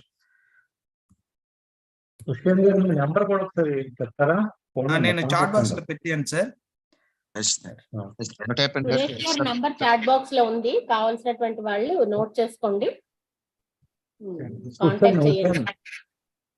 మేడం హుస్సేన్ గారి నంబర్ 9347 సార్ 9347 310 అండి. Okay okay, thank you sir. What is the possibility of incubation? Incubation తీసుకోవచ్చు సార్. మీది ఐ థింక్ మాకంటే యూనివర్సిటీలో మీరు తీసుకోవచ్చు. ట్రై పౌడర్ కి I think university may have facilities, otherwise you can be incubative with us also, no problem. With yours also? Yeah. Okay. Yeah, because it's like I thought about giving a university as a suggestion because maybe for this we are like far away, but you can also join with us as an incubator and we will be happy to host you. Sir, can I know that you are putting a stall in the Horticulture Expo in Bangalore is coming to 1 or 2 days, 23 to 25? Bangalore lana. Yeah, National Horticulture Fair is going on at IIH of Bangalore. Definitely NRC banana stall will be there. Yes ma'am, surely it will be there. Thank you sir, we will meet in the expo. Absolutely. Thank you. All the best. నమస్తే అండి, నా పేరు శాంతి అండి, విజయనగరం జిల్లా దీక్ష మహిళా welfare society అని NGO అండి. మాకు సాలూరు మండలంలో ధరణి అనే ఒక ఫార్మర్ ప్రొడ్యూసర్ కంపెనీ ఉంది మేడం. ఓకే, చెప్పండి. అక్కడ అరటి ఎక్కువ పండిస్తామండి. దగ్గరగా 460 ఎకరాల దగ్గర ఉంది మేడం. ఓకే. వాల్యూ ఎడిషన్ అంతా చూసాం, చాలా బాగుంది. మేమేమన్నా పెట్టుకోవడానికి అవకాశం ఉంటుందా అనేది ఒక. తప్పకుండా మేడం. మీరు అంటే అరటి పండ్లతో ఏవైనా చెయ్యాలి అనుకుంటే ఇప్పటి వరకు చెప్పారు కదా, ఫ్రూట్స్ నుంచి మనం పౌడర్ చేసుకోవచ్చు, కాయల నుంచి. తర్వాత ఫ్రూట్స్ నుంచి మనము ఈ చిప్స్ తయారు చేయొచ్చు. అలాంటి వాటి మీద చెయ్యొచ్చు. తర్వాత మనకి బొందలు వస్తాయి కదా, సుడోస్టెమ్ అంటాము, బొందల నుంచి కూడా ఫైబర్ చెయ్యొచ్చు. తర్వాత ఆ ఫైబర్ ఎక్స్ట్రాక్ట్ చేసి తర్వాత మ్యాష్ చేయొచ్చు. ఇవన్నీ ఇప్పుడు వరకు చెప్పారు కదా. వాటిని వాటిలో ఏదైనా కానీ మీరు మీ గ్రూప్ కి ఇంట్రెస్ట్ ఏది ఎటువైపు మీరు వెళ్ళాలనుకుంటున్నారో దాన్ని బట్టి మనము నెక్స్ట్ ప్రోగ్రామ్ తప్పకుండా మీరు కాంటాక్ట్ చేయండి. తప్పకుండా ఏదైనా ఒక ప్రోగ్రామ్ చేద్దామండి. తప్పకుండా మేడం గారు. రామానందం గారు ఉన్నారు, మేడం ఉన్నారు, కరుణశ్రీ మేడం ఉన్నారు. మేమందరం కలిపి తప్పకుండా మీకు హెల్ప్ చేస్తాము. అలాగే మేడం. థ్యాంక్ యూ అండి. Thank you. మేడం గారు, సాలూరు ఎవరైతే రైతు సంఘం వాళ్ళు ఎఫ్ఈ వాళ్ళు స్పందించారో వాళ్ళ తరఫున కూడా నేను అనంతపురాన్ని అడిగింది కూడా అదే రిక్వెస్ట్ అమ్మా. ఏమైతుందంటే అరటి పండు పెరిషబుల్, కుళ్ళిపోతుంది, కొన్నాళ్ళకి మగ్గిపోతుంది. దాన్ని పౌడర్ చేస్తే ఎన్నాళ్ళైనా నిల్వ చేయొచ్చు అనేటటువంటి తపన. రెండోది అది ప్రోటీన్ ఫుడ్ ని మనం మనుషులకి ఇవ్వచ్చు, లేదా నేను చేపలకు కానీ రొయ్యలకు కానీ సప్లిమెంట్ కింద వాడచ్చు. మార్కెట్ చేయడానికి ఎక్కువ అవకాశాలు తూర్పు పశ్చిమ గోదావరి జిల్లా, కృష్ణా జిల్లాలో ఉంది. కాబట్టి నేను ఆ పౌడర్ ఫామ్ ని అడగడం జరిగింది. ఎందుకంటే మనకి చెరుకుని పౌడర్ ఫామ్ లో అమ్ముతున్నాం. పౌడర్ ఫామ్ లో తొందరగా ఎక్కువ పోతుంది కూడా. నేను నిన్న కూడా ఒక స్టాల్ లో చూశాను, చెరుకు పౌడరు బెల్లం కంటే ఎక్కువ పోతుంది. ఆ నేపథ్యంలోనే ఆంధ్రప్రదేశ్ లో ఉన్న అన్ని జిల్లాల్లో అరటి సాగు చేసేటటువంటి అందరికీ ఉపయోగపడేటటువంటిది టెక్నాలజీ ట్రాన్స్ఫర్మేషన్ అడిగానమ్మా. రైతుల తరపునే అడిగాను. రైతులే ఎంటర్ప్రీనర్స్ అయిపోతారు డైరెక్ట్ గా ఒక లేబుల్ అంటించి. అది కూడా ఏంటంటే యూనివర్సిటీ నుంచి ఆ ఫెసిలిటీ ఉంది కాబట్టి. ఒకటి అడిగింది ఏంటంటే టెక్నాలజీ, రెండుది ఇంక్యుబేషన్ చాలా ఇంపార్టెంట్. ఆర్థికంగా వెంటనే స్టార్ట్ చేయాలి కాబట్టి మన దగ్గర డబ్బులు ఉంటాయి, ఉండకపోతే వాళ్ళు కొద్దిగా ఆర్థిక సాయం ఇస్తే మనం డిఆర్డిఏ నుంచో లేకపోతేనేమో మనం కలెక్టర్ గారిని అడిగి ఏదైనా వేరే ఫండ్ నుంచి మనం తెచ్చుకోవచ్చు. ఆ ఉద్దేశంతో నేను అడిగాను. ప్రతి రైతు ఎంటర్ప్రీనర్ అయిపోవాలనేది నా తపన. నమస్తే అండి. అమ్మా ఒక చిన్న మాట, చెరుకు పౌడరా బెల్లం పౌడరా సార్? అమ్మ, చెరుకు పౌడర్ అయినదే బెల్లం పౌడర్ అయినదే నా ఉద్దేశం. అది భావాన్ని అర్థం చేసుకుంటే సరిపోతుందని నా అభిప్రాయం. నన్ను క్షమించండి నేను పొరపాటు మాట్లాడితే. అలాగని కాదు సార్, ఆర్ఆర్ఎస్ వాళ్ళు అదే జ్యూస్ కోసం పౌడర్ తయారు చేశారు సార్.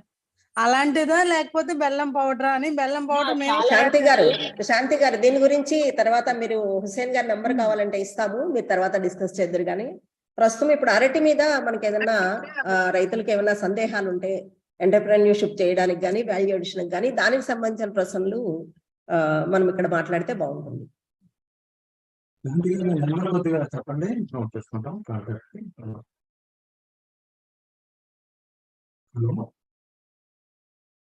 హలో,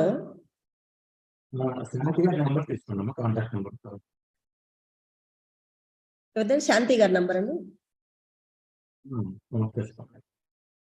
శాంతి గారు మీ కాంటాక్ట్ నంబర్ చెప్పండి. 9441253006 మేడం గారు. Okay madam. Thank you madam.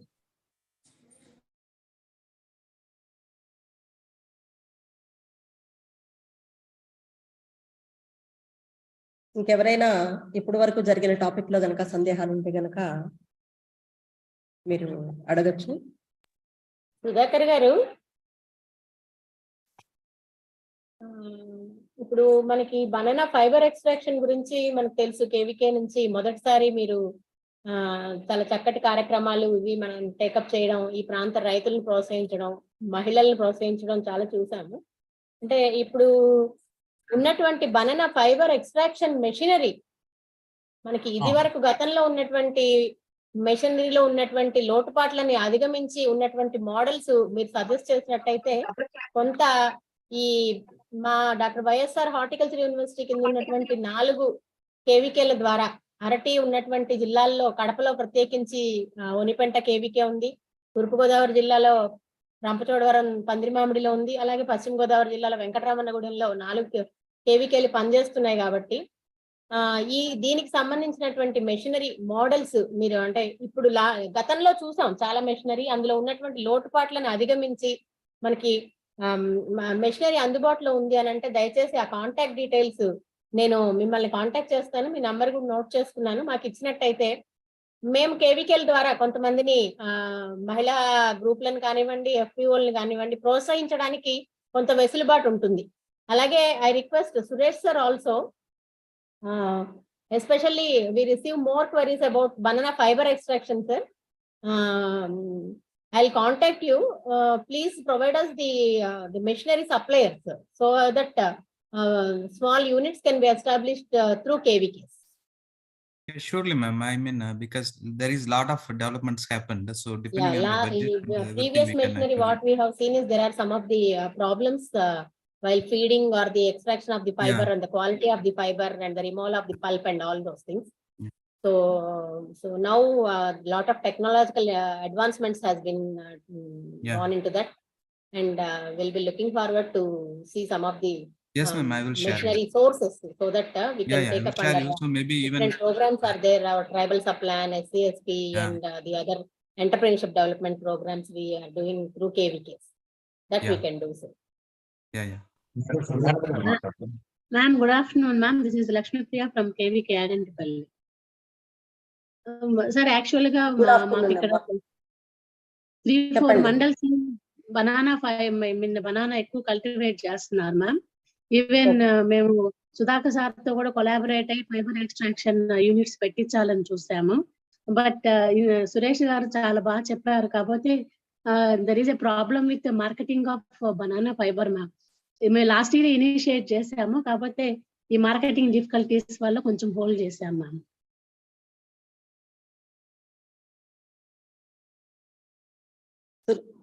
Hello madam.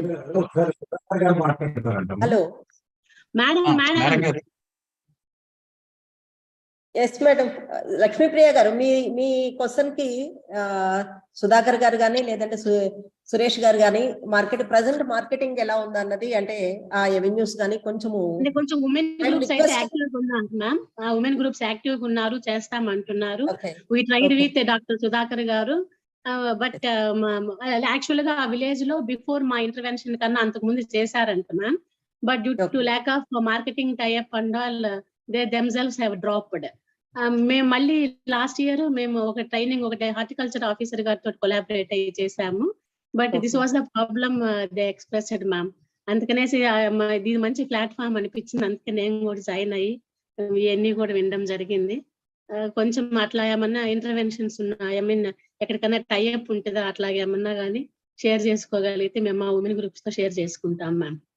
తప్పకుండా మేడం, తప్పకుండా. ఐఎమ్ రిక్వెస్టింగ్ సురేష్ గారు to throw some light on marketing sir. Yeah, exactly. That's what if it's like normal products using a fiber, I feel like that's what other than conventional marketing lines, we can surely think about keeping our product in places where the consumers are ready to take those kind of sustainable products. Like off late, the people in service sector, like especially IT or manufacturing sectors, they're even for their wedding invitation, they are okay to spend money on even 60 rupees per card. So in that sense, banana can be a sustainable product. So we can have a tie-up with the IT industries or canteens. In those places, we can display our product and even we can market our product. Like Andhra is a hub of IT, so we can think about it. Once we go to our place, then actually there are many of our Indians who settled in other countries can also help to export our product to the other countries, because surely our Indian market is not so matured to buy products from fiber. From banana fiber, but foreign markets are matured enough, so they have money and they like with climate change and everything, we can sell our produces in those kind of markets. So we have to see those other alternative markets other than conventional places, like putting the stalls and everything. So Sir, there for is the time opportunity, being, ma'am, because like from Tamil Nadu, there are persons like Murugesan and then Raja, then Anagapathu Shekhar. All these people are in banana fibers, and Murugesan and Raja are like doing only baskets kind of stuff. But then they do have a collaboration with IKEA, then they do export. So in that way, their business is good. It's not very bad. Like it's very good, really very good. They are doing so well. And they are attracting fund also from government. Sir, is it possible to provide their contact numbers, sir? Yeah, sure, ma'am. I will share you. I will share you through mail, ma'am. Yeah. Thank you, sir.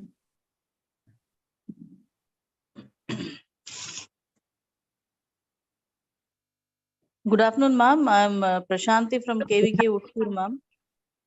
Good afternoon, madam.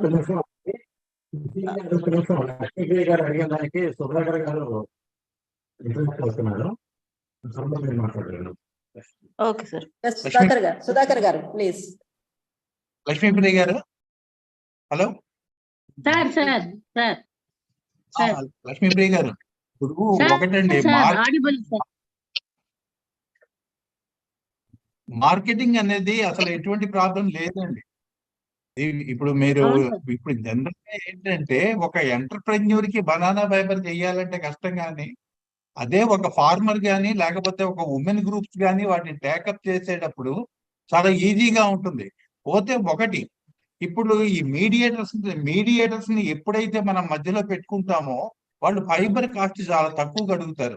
ఇందాక మా entrepreneurs చెప్పినట్టు 120 రూపాయలకి ఇస్తావా, 150 రూపాయలకి ఇస్తావా అని అంటారు. మన ప్రొడక్షన్ కాస్టే అంత అవుతుంది. పోతే ఏంటంటే మనం గ్యారంటీగా ఒక గ్రూప్ ఆఫ్ పీపుల్ నెల తిరిగేసరికి కనీసం 1 టన్ను ఫైబర్ కనుక చేసేటట్టయితే హ్యాండ్ మేడ్ పేపర్ ఇండస్ట్రీస్ తో డైరెక్ట్ టైఅప్ పెట్టుకోవచ్చు మేడం. మనం డైరెక్ట్ టైఅప్ పెట్టుకొని వాళ్ళతో మనం చెయ్యొచ్చు. ఎందుకంటే మేము 1 కాదు 2 కాదు, ఒక డజన్ ఇండస్ట్రీస్ పైగా పేపర్ ఇండస్ట్రీస్ ని ఇటు ఉత్తరప్రదేశ్ లో కానీ, హర్యానాలో కానీ, ఆ తర్వాత రాజస్థాన్ లో కానీ, మహారాష్ట్రలో కానీ అటువంటి వాళ్ళని ఐడెంటిఫై చేసి అలా చేసామండి మేము. వాళ్ళు నెల తిరిగేసరికి కనీసం వాళ్ళకి 1 టన్ను ఇవ్వాలి. పోతే ఏంటంటే మనం ఉమెన్ గ్రూప్స్ కి మీరు మెయిన్ గా చూడాల్సిన అంశం ఏంటంటే వీళ్ళకి రా మెటీరియల్ రెగ్యులర్ గా దొరుకుతుందా లేదా, ఆ తర్వాత వీళ్ళు రెగ్యులర్ గా వచ్చి చేస్తారా, నెల తిరిగేసరికి కంఫర్టబుల్ గా వీళ్ళు కనీసం 1 టన్ను ఇస్తారా. ఆ చేసేటట్టయితే మనం వాళ్ళతో టైఅప్ పెట్టుకొని అగ్రిమెంట్ చేసి చెయ్యొచ్చు. ఏంటంటే ఇది నేను అంటే ఊరికే చెప్పడం కాదు, నేను చేశాను అలా, నేను చేశాను. సో మీరు ఆ విధంగా ఉమెన్ గ్రూప్ ని కనుక మీరు తయారు చేసేటట్టయితే I can help you. Sir last time మిమ్మల్ని అప్రోచ్ అయినప్పుడు మనం మిషన్ కాస్ట్ అవన్నీ కూడా మాట్లాడుకున్నాం కదా సార్. బట్ వాళ్ళకి ట్రాన్స్పోర్ట్ ఆఫ్ సూడో స్టెమ్స్ కూడా ఎక్కువ అవుతుంది. వాళ్ళ ప్లేస్ లోనే అది మనకి ఎక్స్ట్రాక్టర్ పెట్టి తీసేటట్లు కూడా అడిగారు సార్. యాక్చువల్ గా మీతో కాంటాక్ట్ అయ్యాము, తర్వాత వాళ్ళే డ్రాప్ అయ్యారు. ఈ ఇయర్ స్టార్ట్ చేస్తాం సార్ మళ్ళీ. చెయ్యండి, తప్పకుండా చేయండి. అందుకని మా ఎంటర్ప్రెన్యూర్ కూడా ఒకసారి మాట్లాడితే చూడండి. అదే నెంబర్ నోట్ చేసుకున్నాను సార్. మేడం సుశీల్ గారు, లక్ష్మీ ప్రియ మేడం, మీకు హ్యాండిక్రాఫ్ట్స్ అవి ట్రైనింగ్ కావాలంటే ఈ టైప్ మేము ఇస్తాం మేడం. నోట్ చేసుకున్నాం. హ్యాండ్ బ్యాగ్స్, ఈ టెంపుల్ బ్యాగ్స్ అవి మేము తయారు చేస్తున్నాం. మీకు ట్రైనింగ్ కావాలంటే మేము ఇస్తాం మేడం. శాంతి గారే కదా? కాదమ్మా, కృష్ణవేణి గారమ్మా. కృష్ణవేణి నెంబర్ నోట్ చేసుకోండి. నా నెంబర్ చెప్పుకోండి. చెప్పండి. 986661. ఓకే. 9866193421. Okay, thank you. మరొకసారి చెప్పండి అమ్మా. అమ్మాయి పెళ్ళి అయితే కూడా రిటర్న్ గిఫ్ట్స్ ఇవే ఇచ్చాను మేడం నేను మా వాళ్ళందరికీ. నెంబర్ ఒకసారి చెప్పండి అమ్మా. 98661 98661 93421. థ్యాంక్ యూ అండి. సార్ సుధాకర్ గారు మీ నంబర్ కూడా షేర్ చేయండి, ఎవరికైనా అవసరమైతే గనక మిమ్మల్ని కూడా కాంటాక్ట్ చేస్తారు. 9866 9866 10 10 6885. 885. Okay sir, thank you. ఎవరికన్నా సరే మేడం, ఎప్పుడన్నా సరే, ఎప్పుడు కాల్ చేసినా ఐ విల్ డెఫినెట్లీ రెస్పాండ్. నాకు కావాల్సిన అసిస్టెన్స్ మొత్తం నేను చేసి పెడతాను. మాకెప్పుడు చాలా రెస్పాండ్ అవుతారు సార్. లాస్ట్ ఇయర్ అంత సార్ తో కొలాబరేట్ అయ్యి ఒక ప్రోగ్రామ్ చేశాము. But these are the practical problems involved. This time ఈ ప్రోగ్రామ్ మాకు బాగా యూజ్ అయింది ma'am. Thank you very much. ఎందుకంటే marketing is one of the important. ఎప్పుడైనా కూడా మనకి ప్రోడక్ట్ తయారు చేయడం కన్నా కూడా మార్కెటింగ్, ఎవరెవరు దాన్ని ఆ ప్రోడక్ట్ మనం చేసిన ప్రోడక్ట్ ని పర్చేస్ చేస్తారు అన్నది కానీ, లేదంటే రా మెటీరియల్ పర్చేస్ చేయడానికి కానీ మార్కెటింగ్ కాంటాక్ట్స్ కూడా చాలా ఇంపార్టెంట్. కాబట్టి మనకి ఇప్పుడు ఆల్రెడీ ఈ ఫీల్డ్ లో ఉన్న వాళ్ళ దగ్గర నుంచి మనం కొంత గైడెన్స్ తీసుకోవడానికి అవకాశం ఉంటుంది, వాళ్ళతో కాంటాక్ట్ లో ఉంటే. కరుణశ్రీ గారు మేడం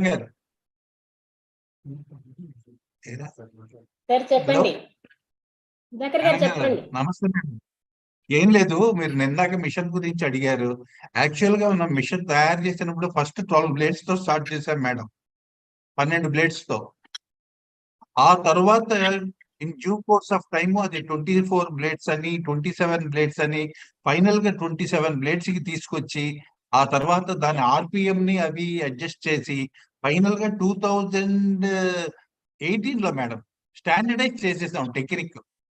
మిషన్ పక్కాగా ఫైబర్ కట్ అవ్వకుండా మాక్సిమం క్వాలిటీ మనం మిషన్ మీద వచ్చేలాగా చేశాం madam.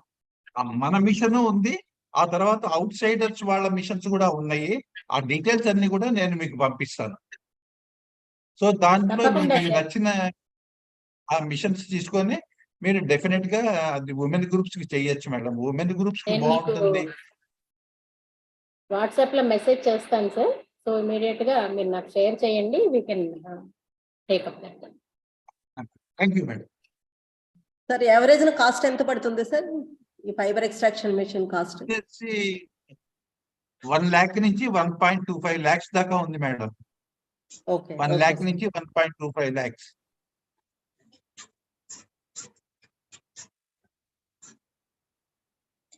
Ma'am, can I ask the question, ma'am? Yeah, please. Ma'am, I am Prashanti from KVK Utkur, ma'am, Kadapa nunche, ma'am. చెప్పండి. This is for Suresh sir, ma'am. Actual గా banana flour కి banana powder కి banana powder use చేస్తుంటే value addition లో banana flavour ఎక్కువ వస్తుంది ma'am. So banana flour కి preference ఇవ్వచ్చా? Can we give preference to flour? Yeah, it depends on the product that we are concentrating or targeting, ma'am. Like suppose if you want to make a bread, then Okay, banana flour, I mean from green banana is a good option because Yes, that sir. has more starch and less Okay, sir. sugar. And Okay, sir. if you want to make a confectionery products like a banana cake, where Okay. normally now people are using ripe bananas, Okay, sir. so that may vary. So instead of using a ripe banana, Hmm. you can go for this ripe banana powder, or Okay. like suppose like a boost, bonvita kind of a stuff, health Okay, drinks, sir. Okay, where sir. instead of having a green banana, you Okay, can sir. go for a ripe banana. And again, many a time we confuses with this baby food formulations. Yes, In sir. baby food, it's better to go for ripe banana because for baby, he or she doesn't require a resistant starch. For Yes, sir. them, immediate energy is important. So Yes, if sir. you Yes, are sir. interested in making a food for baby, then Okay, ripe sir. banana is good. Rather, if Okay. you are like would like to make a health food for adult like us, like after above 40 population, Okay, then sir. we don't require so much of sugar, and we Yes, need sir. a resistant starch, we need a fiber. So in that Yes. case, green banana is the good option. So Okay, sir. it's about the food formulation should be customized according to the age and the product. Okay, sir. Sir, one more question, sir. Can we mix millet and banana, sir? Yeah, absolutely, absolutely. That's what, like, this has the additional advantage, like, Yes, sir. the rancidity problem that happens with the millet can be Yes, sir. reduced by adding some amount of banana flour also into it. Okay, And sir. millet is also having a resistance starch. Yes, This sir. very well compatible with the millets. Yes, sir. Because we are trying to prepare ragi biscuits with banana flour, sir. So that we are, I mean, 99% we have succeeded, but the only thing is we have to standardize it, sir. Sir, if I need any help, I'll call you, sir. Yeah, absolutely, ma'am. Thank you, sir. Thank you, sir. I have Thank noted you. down my number, so yeah, you Yes, can sir. WhatsApp me. Yes, sir. Thank you, sir. Thank you very much, ma'am.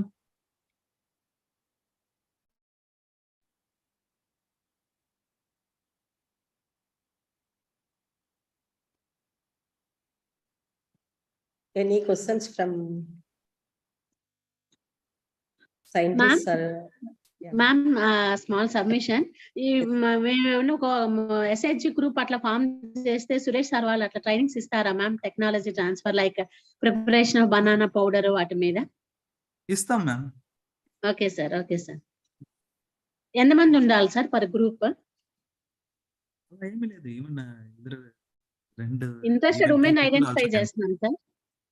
Even two మీరు mail పెట్టండి madam. I think that's what even director extension is also happy to host the events. So we will surely come out with some solutions and some programs. We will do it, ma'am. Okay sir, thank you sir.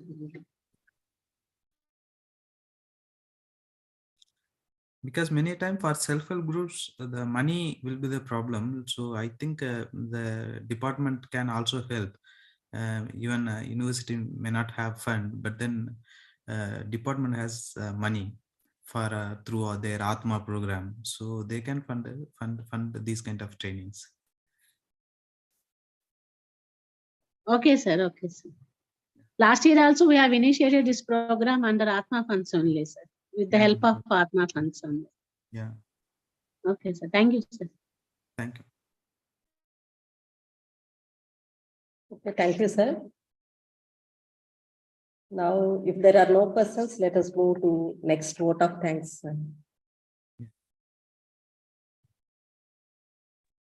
This vote of thanks, I would like to ask the university officers for their remarks and any clarification. Ramanandam garu. Madam. Yes, I would like to request university officers from our scientists, our heads, the stations of the state DMs, just to the clarification or any remarks. It's not audible, sir. There's some voice is not clear. Somebody is breaking, but sir is asking any university officers or to give the remarks if anybody is there. I also request the other university officers who are all present may give their remarks. Dr. Bhagwan sir. So a very nice program, I can say. Ramanandam garu has a series of Dr.YSRHU Banana Year 2022-23, the third webinar, especially on processing and value addition. I can say the real need of the hour, because we have heard from so many the women like Shanti garu, women groups, as well as the scientists also from KVK Banaganapalli and KVK Kadapa also, and even from our own KVKs, we are planning to have some kind of processing and value addition technologies training and incubation through our KVKs also. It is rightly we have organized, and I am thankful for the inaugural session, the guests, special guests like Patil sir and our director NRC also, and Dr. Suresh garu also, because he is out of country and also he has given his time, and really has his presentation is very elaborative and included every product. Even sir's presentation, the millet mixed with the banana products were also mentioned. and there is a great scope, and we will be looking forward to collaborate with you through our KVK, sir, so that some value addition of banana and the banana based biomass processing activity also can be taken up through Dr.YSR Horticulture University. And I thank all the speakers. Really, the Sudhakar Garu, as we know, we never thought of patenting and all those things. Sudhakar Garu was the first scientist to get some patents for his work also. We know it's CTRA KVK. And really the entrepreneurs, they have shared their experience and what difficulties they have faced, and also how they are succeeding with the support of the Sudhakar Garu in East Godavari area for processing of banana and value addition of banana fiber based products. So definitely, sir, Suresh sir, and to the director NRC also from this platform, will write to you, sir, to have some collaboration in terms of the training, as well as the we have our own HBIC, Hearty Business Incubation Center, where we have all the required equipment for incubating the budding entrepreneurs. So after the training program, then we can link up with some machinery procurement through FPOs or maybe the women groups with the help of the Department of Horticulture. I really thank all the department officers, DHOs of different banana growing districts, I can say, and also from the Commissioner of Horticulture Office for giving wide publicity about this webinar and also participating, sir. Really happy, and this is the time where we have to converge for the fruitful outcomes. How we have succeeded in promotion of the production technologies in banana, we have to go for the processing technologies also from Andhra Pradesh. This is my hope for this webinar. I thank Dr. Ramanandam sir also for giving me this opportunity to give the concluding remarks. Thank you very much, sir. Madam, Vice Chancellor sir is available? Late, sir, we can conclude. Okay. So almost the same time, and now I request Dr. Mamata to propose formal vote of thanks. Dr. Mamata, Principal Scientist Horticulture from HRS Kovar. Thank you, sir. Very good afternoon to all. It's my proud privilege to get this opportunity to conclude this one-day national webinar on banana processing, value addition, and entrepreneurship development, organized as a part of Dr.YSRHU Year of Banana 2023. I take this opportunity to express our profuse thanks and gratitude to our beloved and dynamic Vice Chancellor, Dr. YSRHU, Dr. T. Janakiram sir, who is the central force behind this. Thank you very much, sir, for your innovative ideas, constant support, and motivation. Definitely, we'll make note of action points to be carried out, and we'll move forward as per your directions in collaboration with NRC Banana and Department of Horticulture. I express our sincere gratitude to Dr. R. Selvararajan sir, Director NRC Banana, for his gracious presence in spite of his busy schedule and sharing the valuable information. NRC Banana is always supportive to us in providing all the technical support, and thank you very much, sir. I express my sincere thanks to Dr. Prakash Patil sir, Project Coordinator, ICR, ACRP, and Fruits, for his gracious presence in spite of his busy schedule and providing the valuable suggestions. Thank you, sir, for your continuous support to the Center for Dissemination of Improved Technology of Banana in the state of Andhra Pradesh, and also we'll move forward as per your suggestions to develop the entrepreneurs through startups and value addition in banana in collaboration with NRCB. I express my heartfelt thanks to Dr. L. Naram Naidu sir, Director of Research, Dr. YSRHU, who has been a huge support for us, being the backbone. Thank you very much, sir, for your constant monitoring and guidance. I also express my sincere gratitude to Dr. E. Karunasri, Director of Extension, for all her support in checking out this program from the beginning. Thank you very much, madam, for your valuable suggestions for make this program a great success. I also extend my heartfelt thanks to the esteemed speakers, Dr. Suresh Kumar, Principal Scientist, Department of Post-Harvest Technology, ICR NRC Banana Trichy, and Sri R. Sudhakar Garu, Chief Technical Officer from ICR CTCR Rajahmundry, for sharing their valuable knowledge and enlightening us on different techniques in value addition and processing technologies in banana. My special thanks to our entrepreneurs in banana value addition, Sri ASS and Murtigaru proprietor, Sri Saidata Fibers and Paper Products, Raulapalam, and Srimati M.G. Krishnaveni Garu, who inspired us with their experiences and expertise and ensured us how wealth can be generated from waste. My sincere thanks to Dr. YSRHU, sir, former Director of Research, for his gracious presence, and also from officials from Commissionerate of Horticulture. I also extend my sincere thanks to Dr. T. Susila Madam, Senior Scientist and Head Pulivendula, BRS Pulivendula, for effectively organizing the interactive session and clarifying the doubts raised in this forum.